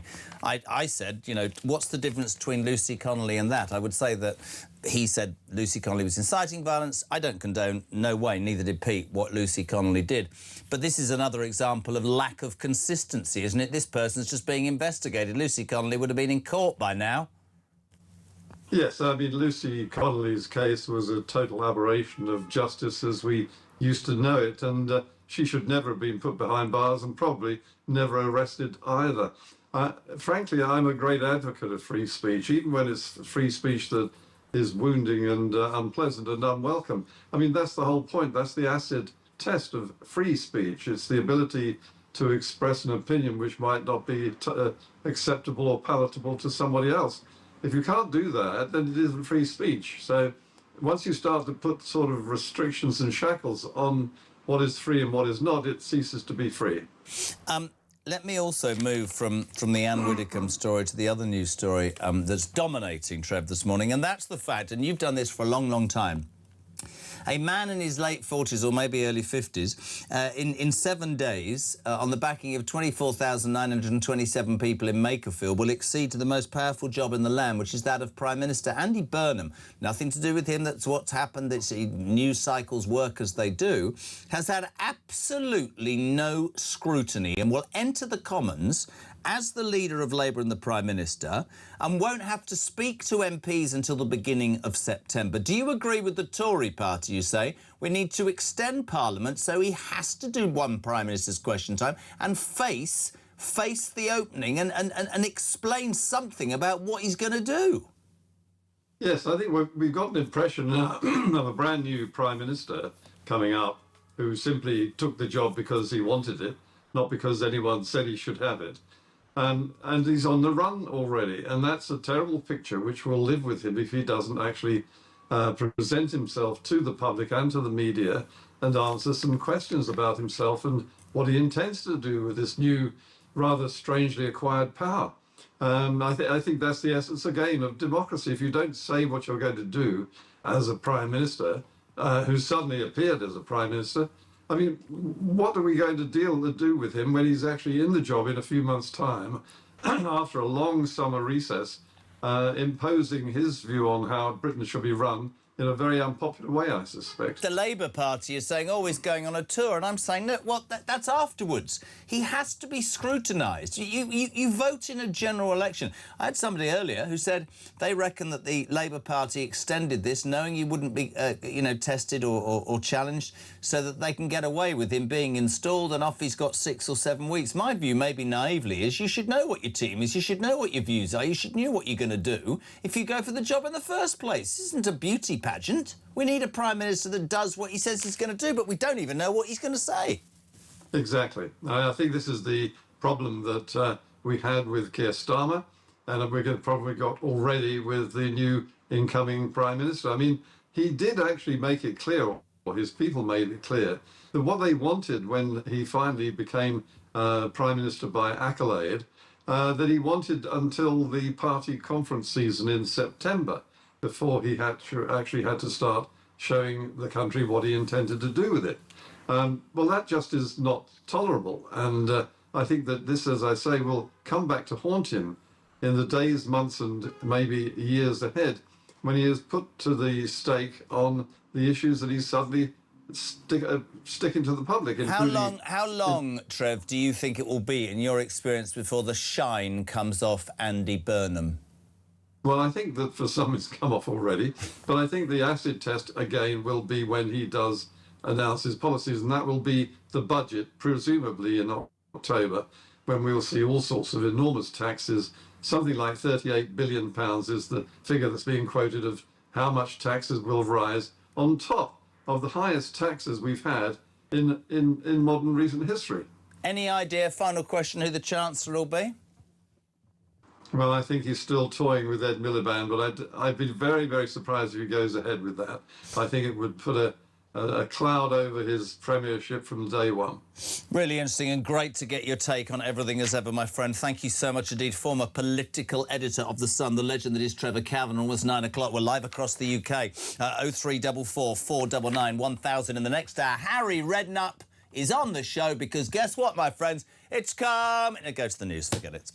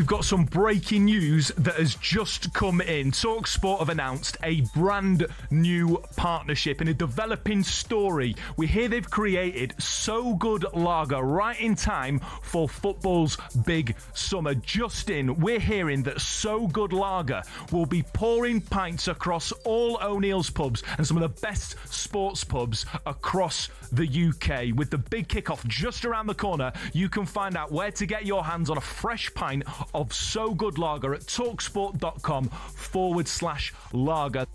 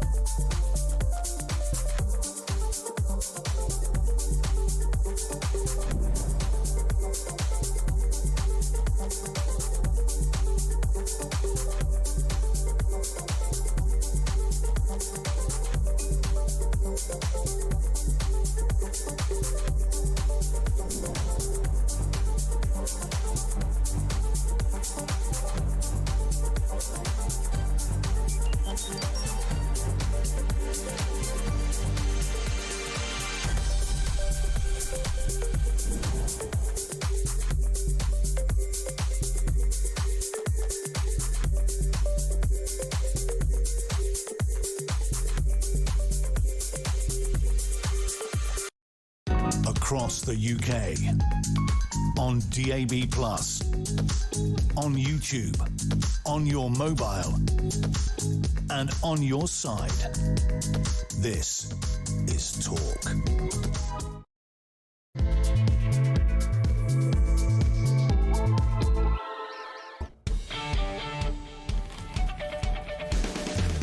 Welcome back. 3 minutes past 9. We're live across the United Kingdom. Talk Breakfast is on. It's the home of the alarm clock Brits, and it's the home of common sense. And the blind has been open, and I'm looking out. What's happened? It's cloudy. Cloudy and sticky. Not that any of you care. Jeremy, if we get to the World Cup final, says Gareth Furs, I assume the PM will get an invite. Now that that will be two-tier Keir's last swan song, or Burnham's first action as PM, hoping to get a bounce from the England win. And actually, that's true. Who will go? Oh, it'll be Keir, won't it? It'll be Keir, no fear. Anyway, listen, welcome back. So much to talk about. We've been talking quite rightly about the only news story in town, which is about the awful, awful, tragic death of Ann Widdecombe. It continues to dominate the news, and so it will do. So much has been said about this lady, what a formidable, opinionated, titan she was, but she was also a 78-year-old woman who was murdered callously in her own home, a home that had been on national television, actually, in an episode of the Celebrity Yorkshire Auction House just 5 days previously. Now, front page of The Sun has the main news story of the day, which is Anne's suspect hours before the murder. CCTV footage shows the image of a man that the police are holding, who then drove 270 miles with that wooden object in his car to where Anne lived. Now, it goes without saying, we can all sit around and speculate. We can all think this, that and the other. Police don't want that, nor does anybody with a brain cell. The police need to be able to do their job and find out the truth. They arrested, of course, somebody straight away on Saturday, and that person was then released without charge and is not in the police's thoughts. So it's really important that we don't over-exaggerate. But naturally, thousands, hundreds, millions of you really, really concerned about the impact this has on security for MPs, what it means about us as a society, what it means about just policing. You know, I mean, there were some hateful comments over the weekend. One particular person, Heather Herbert, born Scott Herbert, a trans activist, saying, I hope that she suffered an extremely painful death and was handcuffed as she screamed in agony. I then used the analogy of Lucy Connolly, but of course free speech is free speech. But listen, 0344 499 1000, text to 87222 if you'd like to talk about that particular situation. Reform responding by giving security 24 hours a day to all Reform MPs, because of course Anne was a spokesperson for Reform, which is why people have been asking if it's politically motivated. I'm not going to speculate on that until I know the truth about the reasons why this poor lady was taken from us. Also in the news, we have to do this as well. 7 days' time, Andy Burnham will be your new Prime Minister, ladies and gentlemen. Him with the eyebrows, yet know nothing about what he stands for. He did create bee buses in Manchester, which is... Anyway, let's get Rob's take on Andy. Morning, Rob. I won't, don't, shan't, will never use buses. I hate buses. I hate buses so much. I don't like the people on them. I don't like the diseases that I catch. I don't like the people playing radios. I don't like anything about buses, waiting for them being late. I really don't like buses. So therefore, what has Andy got to give to me? Nothing, because all he can do is claim that he helped put buses into Manchester. Great. I really dislike Andy Burnham, and he has nothing to offer me. Thanks, Rob again. Cheers, bye.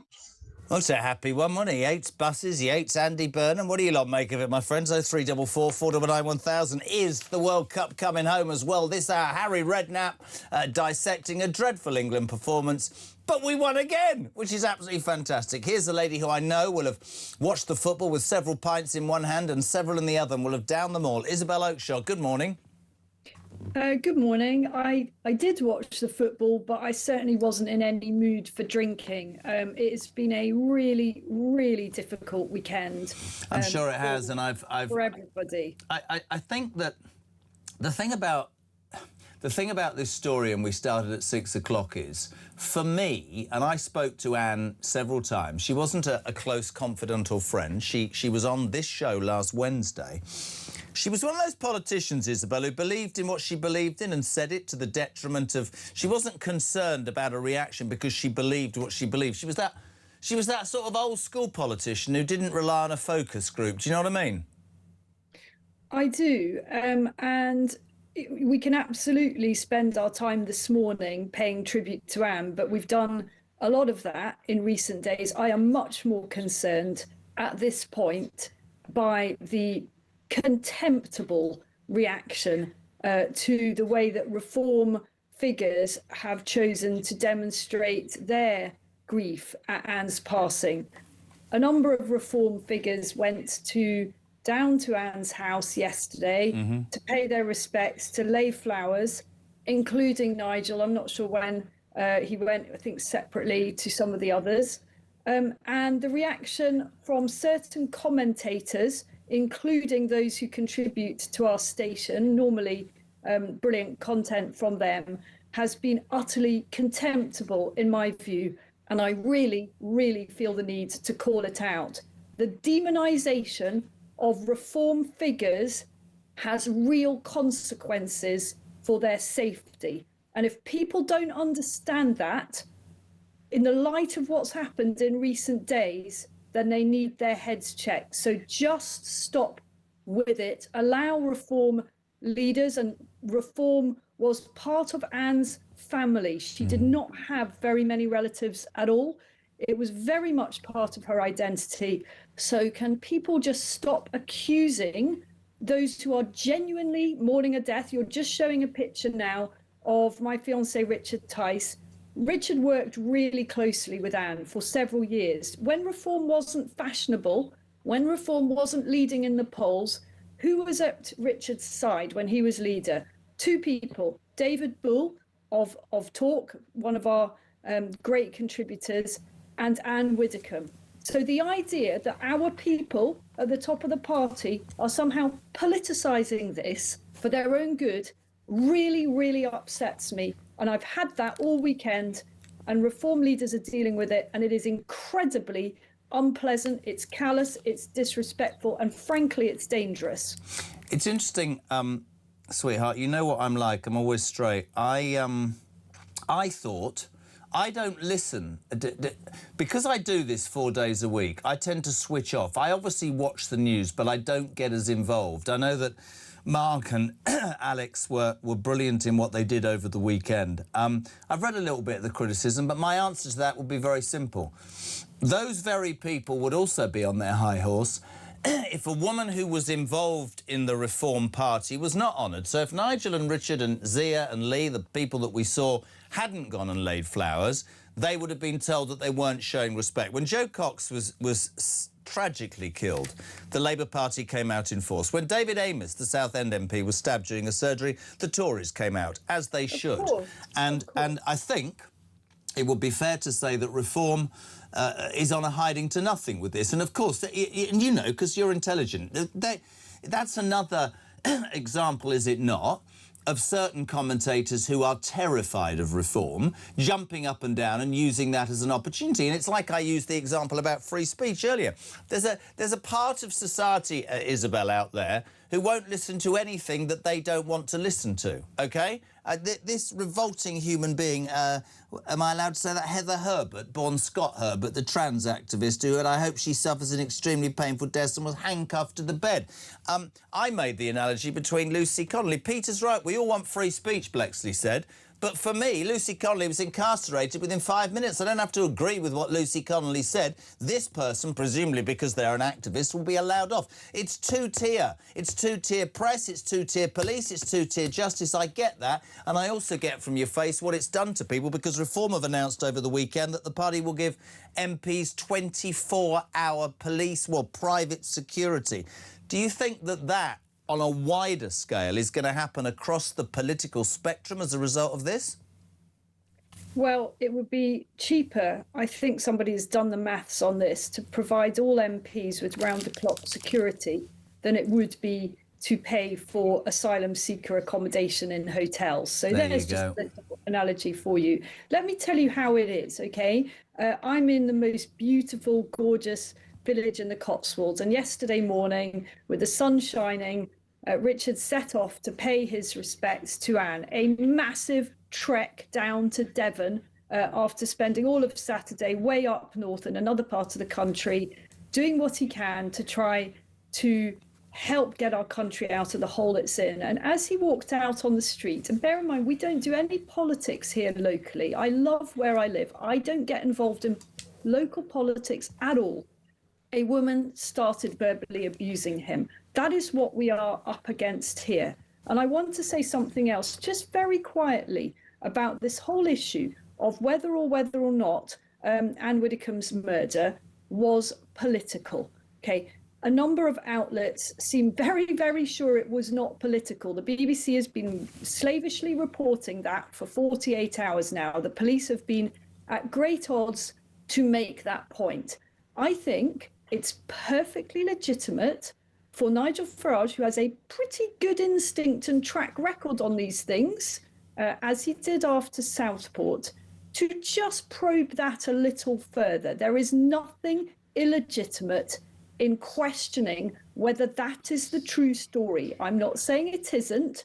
If there's some other reason, I do think the police should just probably tell us, because on the face of it, if a bloke drives 300 miles at breakneck speed, I've done the maths, I've looked at the number of miles in the number of hours that he had to do that journey, carrying what looks very like a weapon in his pocket, all the way down to an elderly lady's house and bludgeoned her to death, unless he's got some link with her that we don't know about, then that's looking to me like it's pretty political. And you know as well as I do that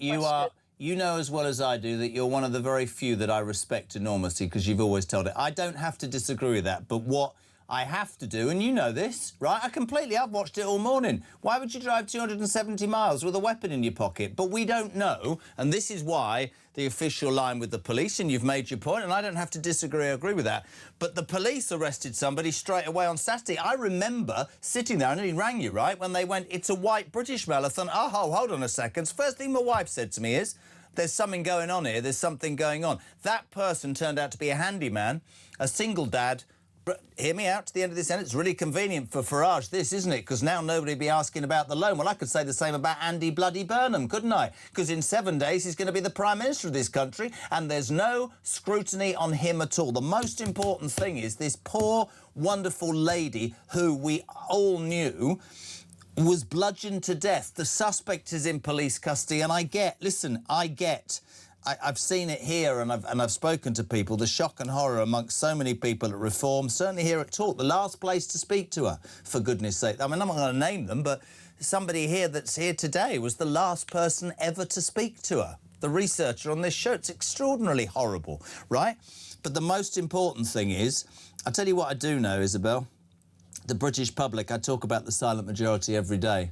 They will demand the truth, and they won't just accept a whitewash, not in any way at all. But I totally get, and as the partner of Richard, it must be a scary time, isn't it? For the first time ever, is he looking over his shoulder without wanting to invade your privacy, both of you? He's been concerned about this for a long time, you know, and it's got so much worse in recent weeks, I would say, not just in recent months, in recent weeks. And what we now have, and I think this is, people have differing views on this, and I think it's an interesting debate, actually. So in the old days, it's perfectly normal for reporters from credited news organisations to do what we call doorstep politicians, even if they're on the street, you know, to follow them down the street, maybe to wait outside their houses, you know, run along after them as they make their way to a car or a meeting and ask them awkward questions. That's an age-old technique, especially if the political figure is sort of not really being very cooperative and answering questions in other forums. Sure. And I don't actually have a particular problem with that. But this has now evolved because of the way that reporting is evolving, and everybody thinks they can be a journalist. Any YouTuber thinks that they can just stick a camera in someone's face and trot along afterwards. This has now become something quite different.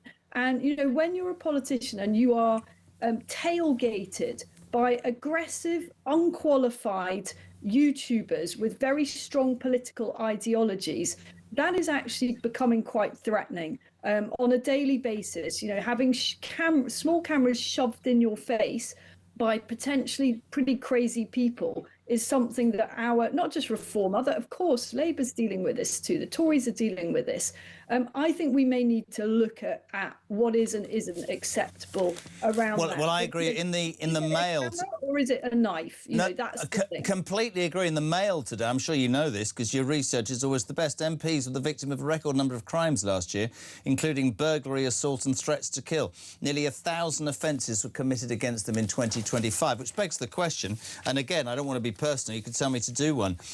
I'm not, well, I am asking you, does Richard get to the point where sometimes he thinks, I don't need this for myself, for my family, for Isabel, it's too much?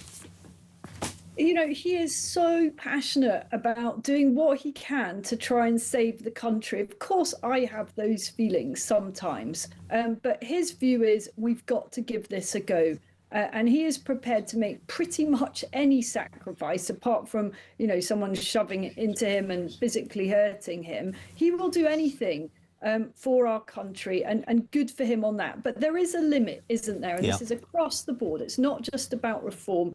Can people please stop demonising our politicians? I say this as a political journalist. I've been in this game, more than 2 decades. We might think that a lot of our politicians are just wrong. They've got the wrong ideas. They've got the wrong prescription for our country. I don't think many of them are truly, truly bad people. And that, I think, the impugning of the motives of politicians is a really unpleasant thing. It's bloody hard putting yourself out there and sticking your neck out all the time for what you believe in. And I just feel that some people have become very, very warped in their interpretation of why people go into public life, and it's not going to lead to better politics if we are this unpleasant about them all the time. Interestingly, just hand in hand, the 24-hour security that Reform is now providing for their MPs because of their fears is going to come out of party funds because, as we know, without getting too political, the government turned down Nigel's request for certain coverage, which is ludicrous. That's going to eat into party funds. How? Because, I mean, today's this government's flagship election bill is going to cap donations. So if parties can't get donations and they're expected to pay for their own security, in the end they're going to run out of money, aren't they? Well, not in the end. Very, very quickly indeed. I mean, security just costs an absolute fortune. I don't see the need for this donation cap. I can understand why people are feeling, oh, we've got to do something because a small number of people have a disproportionate influence over political life. But it's been like this for decades. This is not a reform thing. I remember when a lovely old gent called Stuart Wheeler gave the Tories £5 million, just like that. It just gave them £5 million. These donations, large-scale donations, have happened for a very long time. And of course, Labour is propped up by large-scale donations. Without the trade unions, it simply would not have... And can I jump in and stick up for Nigel Farage for a minute? Because I've been very down the centre this morning for obvious reasons. You've just made a really, really salient point. The trade unions finance the Labour Party within an inch of their lives. In fact, Sharon Graham, the leader of Unite, it could be said, was also majorly responsible for Keir Starmer getting the boot, because she said, this isn't acceptable, we're not going to support him anymore. So you could advance the argument that they pay their money or whatever they do or sponsor Labour MPs, and they were actually responsible for removing or being part of the removal process of an elected Prime Minister being booted out of office. So I know about cash for questions, but certainly there are many MPs and many parties who have taken donations and not just sat on the money, used it effectively. And I think it's a huge debate that needs to be had. I really do. I really do. I mean, of course, what the trade unions would say and what Labour Party would say is that those trade union donations are made up of what they call subs. So, individuals paying their annual membership for the union. So they would argue, and I always have done when this has come up over the years, that these are not, let's say, a million plus lump sum. It is a million times £1 or whatever it is the sub may be. It's a bit more than that. So there's an interesting debate to have here, but I don't think capping donations to political parties is the way forward. Political parties need to be properly funded in order to get their message out. Of course. We don't want all of this concentrated in just a tiny number of hands. This should make you smile because I understand the anger and I understand from a personal point of view. This is from Rob. So he said, before you read this out, this is my opinion. So you're telling me that bloke drove all the way down there to murder this old lady because he didn't like her dancing technique or because she became a Catholic? Let's be honest, this leads towards her politics. It stands out like a gigantic mountain. So let's just say this and hope we're not lied to like we sadly have been regularly. Let's also say that this coward didn't choose a man. He chose a small, harmless old lady. What a piece of work that isn't. There is a suspect. There is a suspect in custody. So I have to. But that's somebody's opinion, and I understand where you're all coming from. I do. What I would say is I found it a little jarring to hear Devon and Cornwall police paying tribute to their own policing, as they put it, policing at its finest, after they blunderingly arrested the wrong guy. And I would add one more thing, which is what would be very political would be... Richard, I appreciate you being part of the show. and Isabel there, quite understandably, angry and emotional because, look, not only is her partner there in the forefront with all those worries, but in her mind, I guess you'd say the establishment, but certain people have moved against a different voice. I understand Rob's opinion there. We have to, though, say there is a suspect in prison, but they both make a really good point. They tried it with one person, but if this person is guilty, I hope, oh, I'm allowed to say this, I hope the truth comes out, because the truth needs to be told. And at the root cause of all of this, right, no, the bottom of all of this, as you've heard, is a defensive old lady, a formidable lady, a woman who gave her life in service, who was murdered in her own house. And that's where I start from today, and that's the point at which I finish. And we will hope that the police conduct this as quickly and as efficiently as possible. We'll bring you all the news as soon as we have it. But this is Talk Breakfast at 9:25.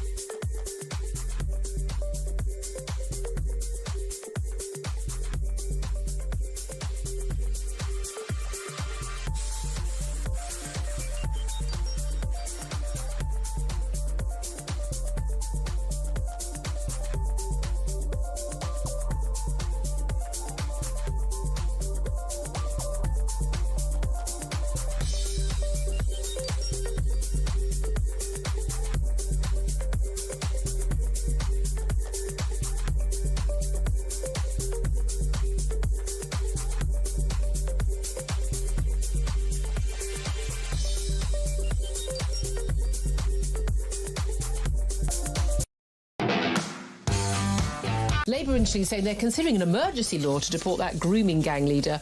This is Shabir Ahmed, who served 14 years of his 22-year sentence for 30 child rape cases. He got less than 6 months. Basically, if you're going to be a child rapist, you know what, you may as well rape 40 instead of 1, because the sentence is basically the same. I mean, we're literally incentivising child sodding rapists.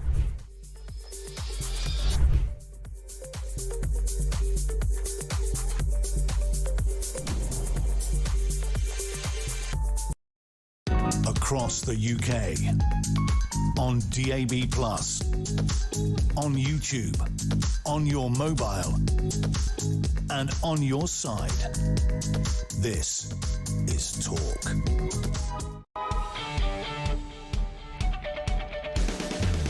Welcome back. Just gone 9:27. We're live across the UK. Is it Duncan Barks? I've never met Duncan Barks, but Duncan Barks is a legendary broadcaster. When they said to me this morning, Duncan Barks, I said, does he? And nobody laughed. But he's on at 10 o'clock. Julia's on holiday. Duncan Barks is here, and apparently he's utterly brilliant, in the words of Damon. No, what's he called? Damien? This is the man we call G-Spot, who we can never find, but apparently he's very outspoken. Anyway, Duncan Barks here from 10 o'clock. Ian Collins, the housewife's choice from 1 o'clock. The man my wife says has the most wonderful voice. Fair enough. And, of course, Kevin O'Sullivan, sounding as Kevin O'Sullivan as he does from 4 o'clock. Brilliant drive show, by the way. Love it, love it, love it. It's the only thing I listen to. I don't mean that, oh, now they'll all go, you don't listen to me. I do listen to Drive because I'm in the car on the school run, and O'Sullivan does it as I believe it should be done. 0344 499 1000, you owe me a drink. 0344 499 1000, text to 87222. Now, the big royal news continues, doesn't it? Harry and Meghan sidled into Highgrove and had a meeting with the King and Queen. Police are now investigating Andrew Mountbatten, Windsor, who are investigating Andrew Mountbatten, are going to speak to Virginia Giuffre's family. Here is a man who knows everything you would possibly need to know about the royal family. He's written the most incredible book, and I was actually at the airport in Edinburgh on Sunday, and there it was, still high amongst the bestsellers, entitled The Rise and Fall of the House of York. Andrew Lowney, a very good morning, sir. How are you? I'm very well. Good morning to you. I apologise for not having come back to you. We've had trauma, but I will do because we have to meet up personally. Andrew, I know we'll talk about Andrew Mountbatten Windsor in a minute, but I'd like your take, if possible, on the revelation on Friday that after much posturing and a particularly bad week for Harry when he lost the court case against the Mail and the Mail on Sunday, and then he got into a spat about whether he had enough security for his dreadful wife and children. Lo and behold, we discover late on Friday that, in fact, he and the two children, undercover or hiding in the back of a car, were driven into Highgrove, the King's Gloucestershire residence, of course, where they spent up to an hour with the King and Queen. Box-ticking exercise by Charles, or the beginning of the great reunion, Andrew? Well, I think it's certainly the beginning of the great reunion. I mean, this was a very much personal family matter, and as long, I mean, it's too early to judge, but as long as basically there are no leaks about the visit, there were clearly no photos, it was a very low-key thing. I think it actually is a good thing. I mean, I think the King is very keen to see his grandchildren. It could have been very embarrassing given the events, as you say, of the previous week. But I think it came off pretty well. But it's all now depends on whether Harry's side begins to leak stories. And I hope they've learnt the lesson that on some things they're better keeping quiet. Well, you know more about the royals than anybody. That's a really salient point on which to start this conversation, because I don't believe that there's any part of their psyche that will... I'll put it another way. Brand Sussex, for what it's come down to, which is some dodgy jam, right, needs a boost. And the only boost that Brand Sussex can get is to have some still connection with the very entity that they spend their life slagging off. So without photographs or how it went, or a little bit of inside info through another source, how's this going to... Is this going to benefit them just because people know they're still in contact with the King? Do you know what I mean? I just don't trust them to put it out there through a third party because they want the adulation or the whatever it means, whatever comes with that, Andrew. Well, that's why I think it is too early to judge, and you're absolutely right. Previous examples show that they just can't resist leaking stories and trying to leverage this contact. I think the King was in a difficult position because I think he would have seemed pretty callous if he hadn't agreed to see his grandchildren. So I think he did the sort of held the moral high ground, did the dignified thing, and if they choose to abuse that trust, it's not going to reflect very well on them. So I think he's in the clear on this. No, I agree with that, and but I think it's clever, and this sounds a terrible thing to say about one's children, right? But I mean, it is, when I said box ticking, I know for a fact that his wife and his eldest son disagree absolutely with this, but he's 77, he's got cancer, blah, blah, blah. He can't be accused by them of shutting them out. And you're right, it'll be how they behave here on in. What do you think William would have made of the visit, Andrew? Well, I think he's probably pretty appalled. I think he feels his father's weak, that the only way to deal with Meghan particularly is to be tough. But we've got to remember there are two children here who have done nothing wrong and are entitled to see their grandparents. And I think... or grandfather. So I think that there would be some sympathy. I mean, William wants to keep out of this. It's, in some ways, they're two very different relationships. The relationship between a father and son and grandchildren is always very different to that between siblings. So I think they can each go their different way, and I think people will respect that. William, I think, is pretty stubborn. I think he feels pretty betrayed, particularly the way that Harry's talked about Catherine. And so I don't see any rapprochement there. I don't know whether I think he's stubborn, and maybe I'm false, maybe I'm wrong here. I think he is appalled, as many of us royally are, that he took it upon himself not to walk away, but then to weaponise, if you like, everything against the institution that he still needs to make money to fund his lifestyle, which is to slag the... It's a horribly vicious circle. I think that William was very close to his grandmother, and I think the institution and what he hopes to do probably weighs heavily upon him. Final question about them. Can you see them ever moving back to the UK? I can't. Well, they have this base in Portugal. I mean, I think they're running out of road in America. So I suspect they may find some sort of base. Maybe it will be Portugal. Maybe they will find it in Britain. Who knows? So I'm leaving it open. You know, lots of things have changed with the royal family over a period of years. Things that we never thought would happen. Camilla being brought back into the fold, etc. So never say never. The book is, there I was at Edinburgh Airport, still high amongst the bestsellers, entitled The Rise and Fall of the House of York. Find out this morning, my friend, police investigating Andrew Mountbatten Windsor are due to speak to Virginia Giuffre's family, of course. Tell us more about what you know about that, Andrew. Well, it seems a very extraordinary thing to do because, frankly, they were nowhere on the scene until recently, until she died, until there was a big dispute over money. They know absolutely nothing. And we have to remember that Virginia Giuffre 3 times went to the police with information, even a few months ago, well, last year, and it was all ignored. So I can't see how these two are going to help the police. It sounds like a very nice jolly and a bit of window dressing. And we've also got to remember this is not just a story about Virginia Giuffre's claims, but actually about malfeasance in public office. It's about sex trafficking of a lot of other women. And so the big question I would ask is, why aren't the police coming to me? I've offered the information I've got. Yeah. Why aren't they talking to the private secretaries of the Yorks? Why aren't they talking to Fergie? Why aren't they talking to David Stern, who was the point man for Andrew and his activities? We're hearing very, very little. And I think, again, the extraordinary thing is that places like Police Scotland are doing absolutely nothing when that was one of the centres for the sex trafficking going on. So this seems to me a diversionary measure, which is completely pointless and is just an opportunity for a couple of cops to have a nice holiday. Why do you, again, without, because I read, because you've always said it as it is and you've always been proven right, is this the police's approach? Is it diversionary? Are they going through the motions, in your opinion, because perhaps... Because I thought he'd go to... I mean, I've said it, I thought he'd go to jail, but it seems to me that they'll divert stuff away because he's the king's brother and they'll just kick the can down the road and then one wonders what will happen. Yeah, everyone I've talked to within law enforcement says this is just a diversionary thing. It's kicking it into the long grass. They're trying to give the impression of doing something. No one wants to investigate this.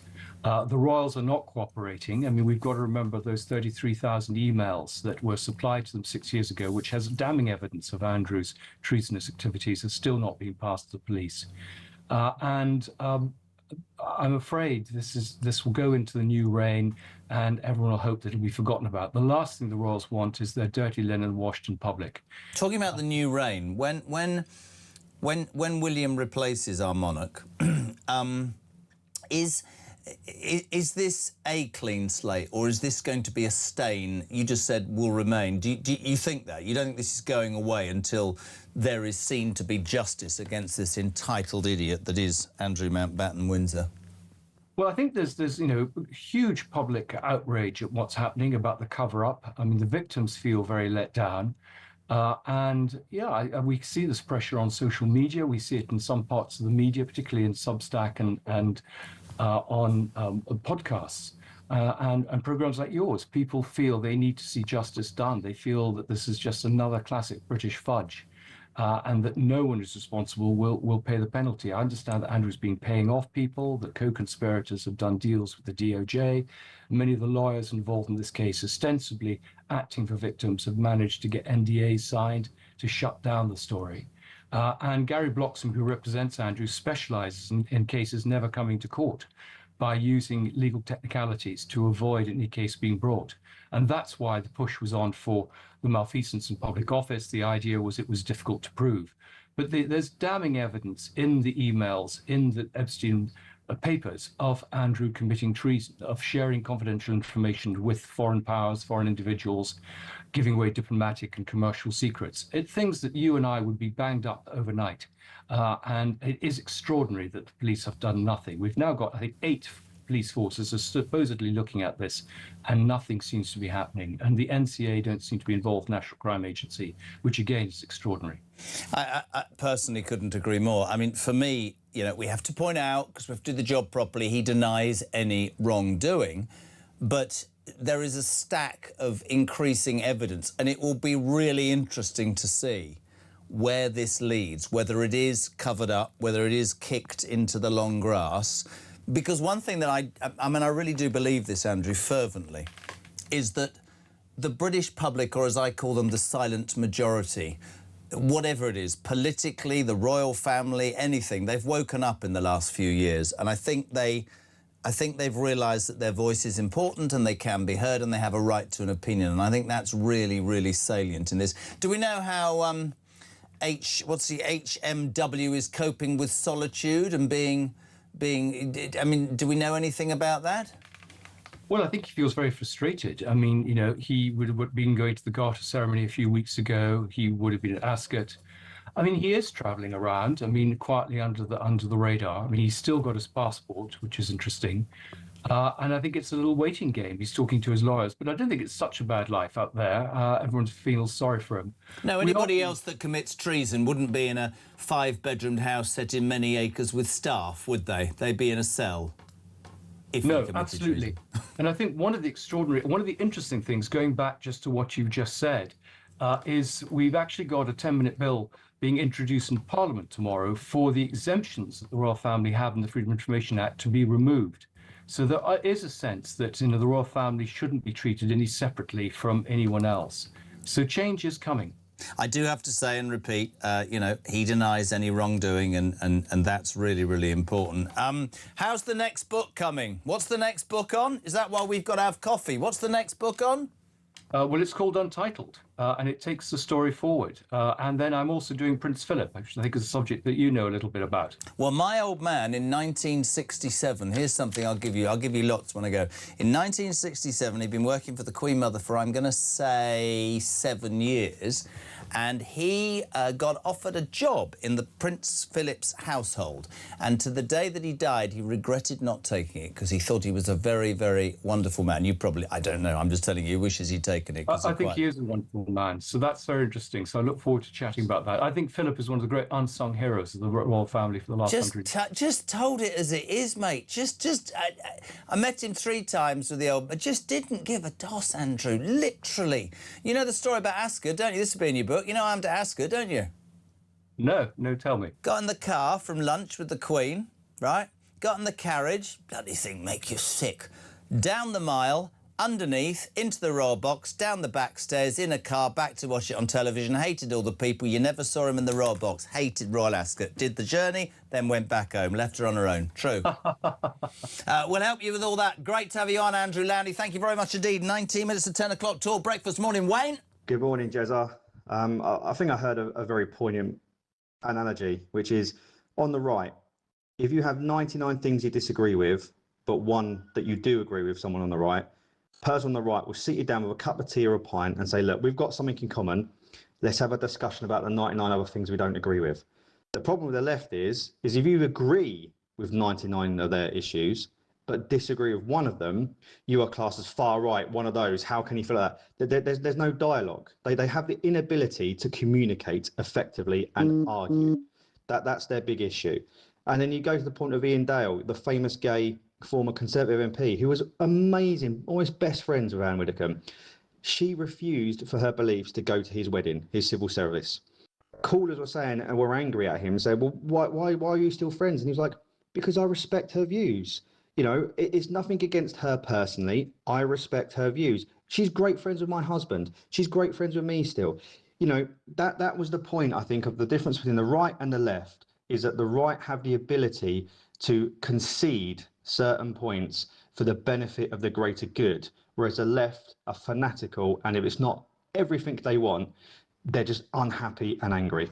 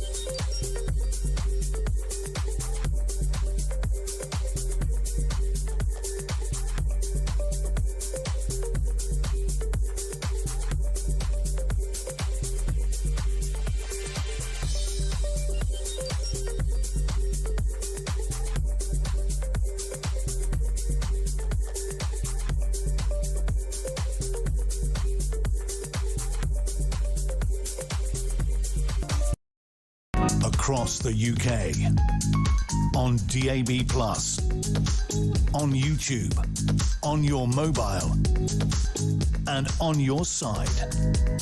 This is Talk. Welcome back. Tour breakfast here until 10 o'clock. Duncan Barks! I'm joking. I don't know why I did that. It's ridiculous. Duncan Barks here from 10 o'clock. Ian from 1 and Kev O'Sullivan with Drive Time. Thank you for your text this morning, by the way.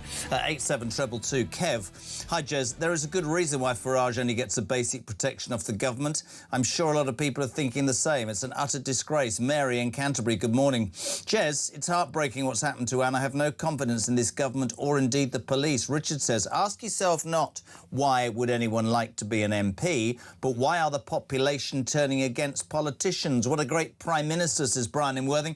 Ann Widdecombe would have been an amazing lady. Peter says, any political donation can be conceived as wanting to influence, so there is no difference in Farage's accepting funds to any individual MP doing a second job or receiving financial funds. Morning to Roger in Wales. What happened to Anne will strengthen our resolve to ensure we get back our country, our beliefs and our freedoms that she always voted for. Peter says it's also hypocritical by the establishment out to get Nigel and reform. Andy Burnham, Jez, has no plan. No manifesto, but wants to still give away the Chagos Islands. Just hope Donald tells him where to stick his crap idea. Margaret in Birmingham. Why are the police not arresting Heather Herbert? The trans activist who said, I hope that Ann Widdecombe had the most painful death. Bill, Burnham will tax more and blame Rachel Reeves. It's that easy for Burnham. Dave in Aberdeen, regarding that scum from Aberdeen University, his comments were vile and he should face the full force of the law, but of course he won't. He was from, is it? I thought it was, I don't understand. Graham, good morning. Hello, Jeremy. Absolutely love the show. Just like to say, I personally don't use social media for the very reasons that it's very evident with the Ann Widdecombe story. Burnham will fail as PM. There'll be a general election next year and we can hopefully get rid of this Labour shower once and for all. Just like the Brexit result, it will be seismic. The silent majority have had enough, as you keep saying.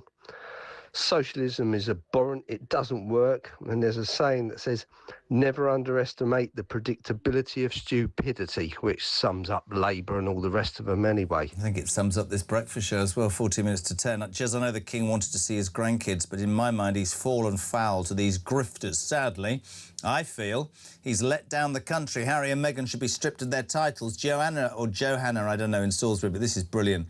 They won't arrest the trans activist any more than they did Bob Villan because of the backlash. Probably very true. Mark from Somerset. That disgusting individual Heather Herbert and his vile comments are nothing more than to be expected. R.I.P. the late, great Ann Widdecombe. Harrison's from Exeter. Regarding Ann, this is such a sad story. When I found out last week how she passed, I was so angry. How sick can someone be to attack a 78-year-old lady? Obviously, we don't know if it's political or not, but I don't really care if it is or isn't. May she rest in peace. And the person who done this, or even did this, would rot in a cell for the rest of their lives. Did you say he's ready? Can I just say that my next guest, and it's wonderful to have him on, Harry Redknapp, is going to talk about the... Oh, it's audio only, because they described... This is brilliant.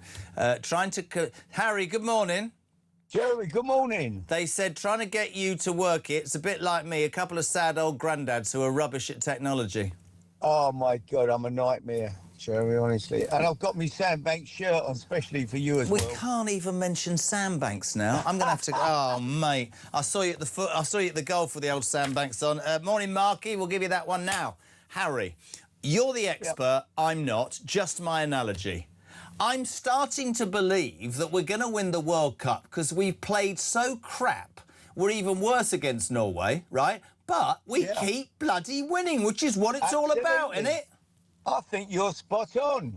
I couldn't agree more. I mean, yeah, half a good game against Croatia and good performance against Mexico for sure. You know, it was a big performance, but other than that, yeah, we haven't been great. But I'm with you. I think it's written in the stars. I think we're going to win it. Yeah. I mean, did you see? I mean, look, 3 things from that game, right? My wife, who's a Chelsea fan, I know, don't even go there. She said in the first 20 minutes, it's like watching Chelsea backwards, side backwards. That was getting very boring. The big moment was after they scored, right? Is it Soluth, that big central mid, up front? All he's got to do, Harry, is pass the ball 10 feet to the left, and Haaland's, it's 2-0, we're out the World Cup. 2-0, game up, yeah. And then sure. the ball hits the wire where the drone camera, and you just think, that's just weird, man.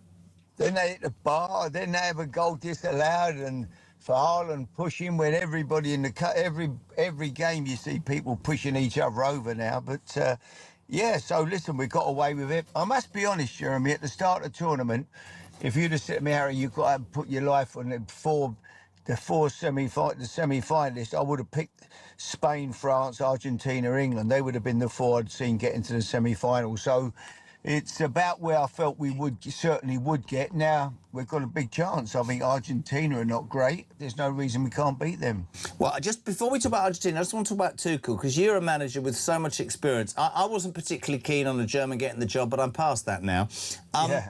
It was interesting afterwards, because in his interview with ITV, he was quite scathing. Not good enough, I want more, I want more. And the press were like, oh, we've just won, and that's his job. Bellingham then comes out and goes, when they put that to him, he went, whatever, he doesn't know what it's like to do it and that thing. That spikiness is a great thing, because he's pushed Bellingham, because I think he dropped Bellingham for a couple of games, and that's created the fire in Bellingham's belly. That's just my opinion. Yeah. I think this is a top-class manager and a top-class, well, world-class manager and player. It doesn't matter if they're not best friends. It's working, isn't it? Yeah, and obviously, listen, having Bellingham in your team is just... he is an amazing talent. When you think at the start before the tournament, it was touch and go.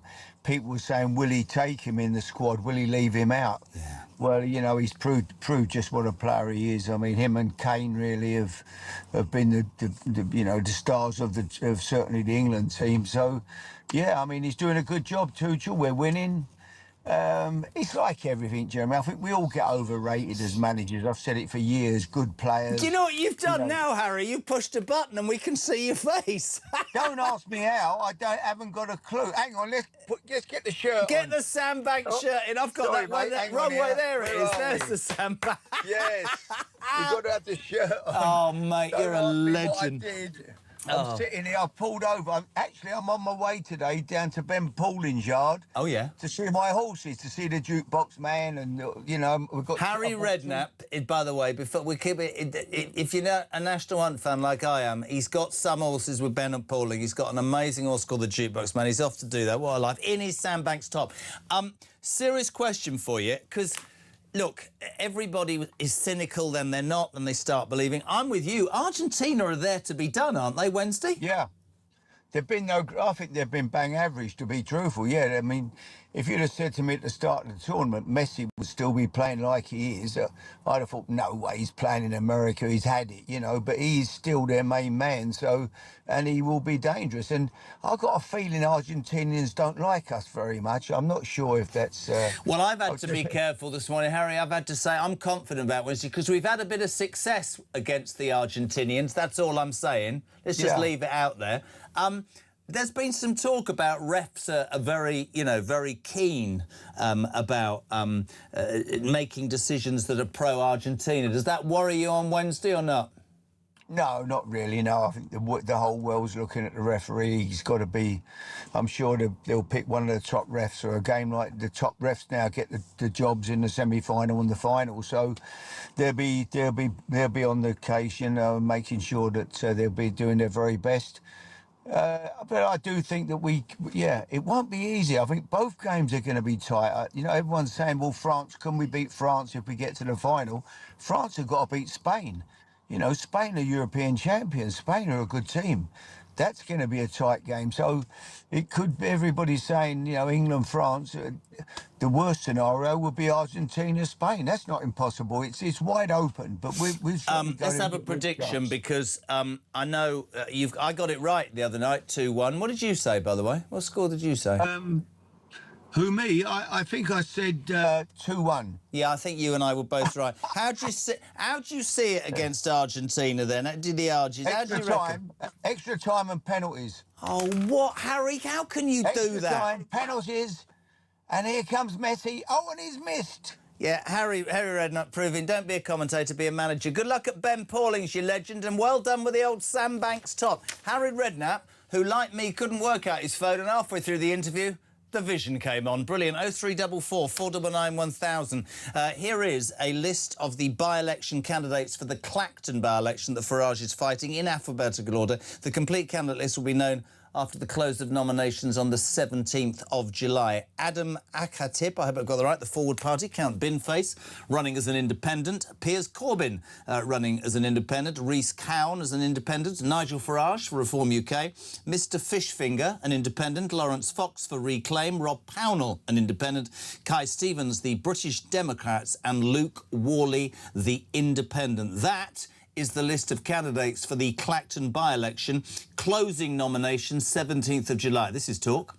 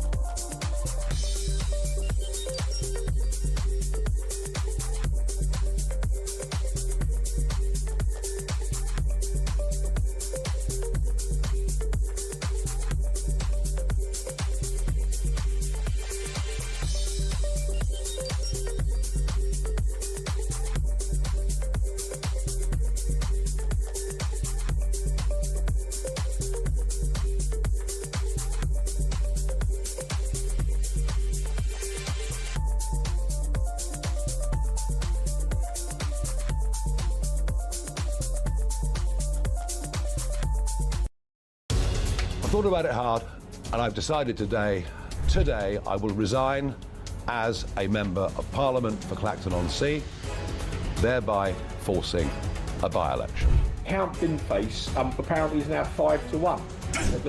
Brilliant. You know, so look, I mean, you know, if I were being flippant, I'd say Count Binface's campaign is now well and truly up and running, and Reform are struggling to put a lid on it. Let me be absolutely clear. I have done nothing wrong. I have not broken the law. And I've decided today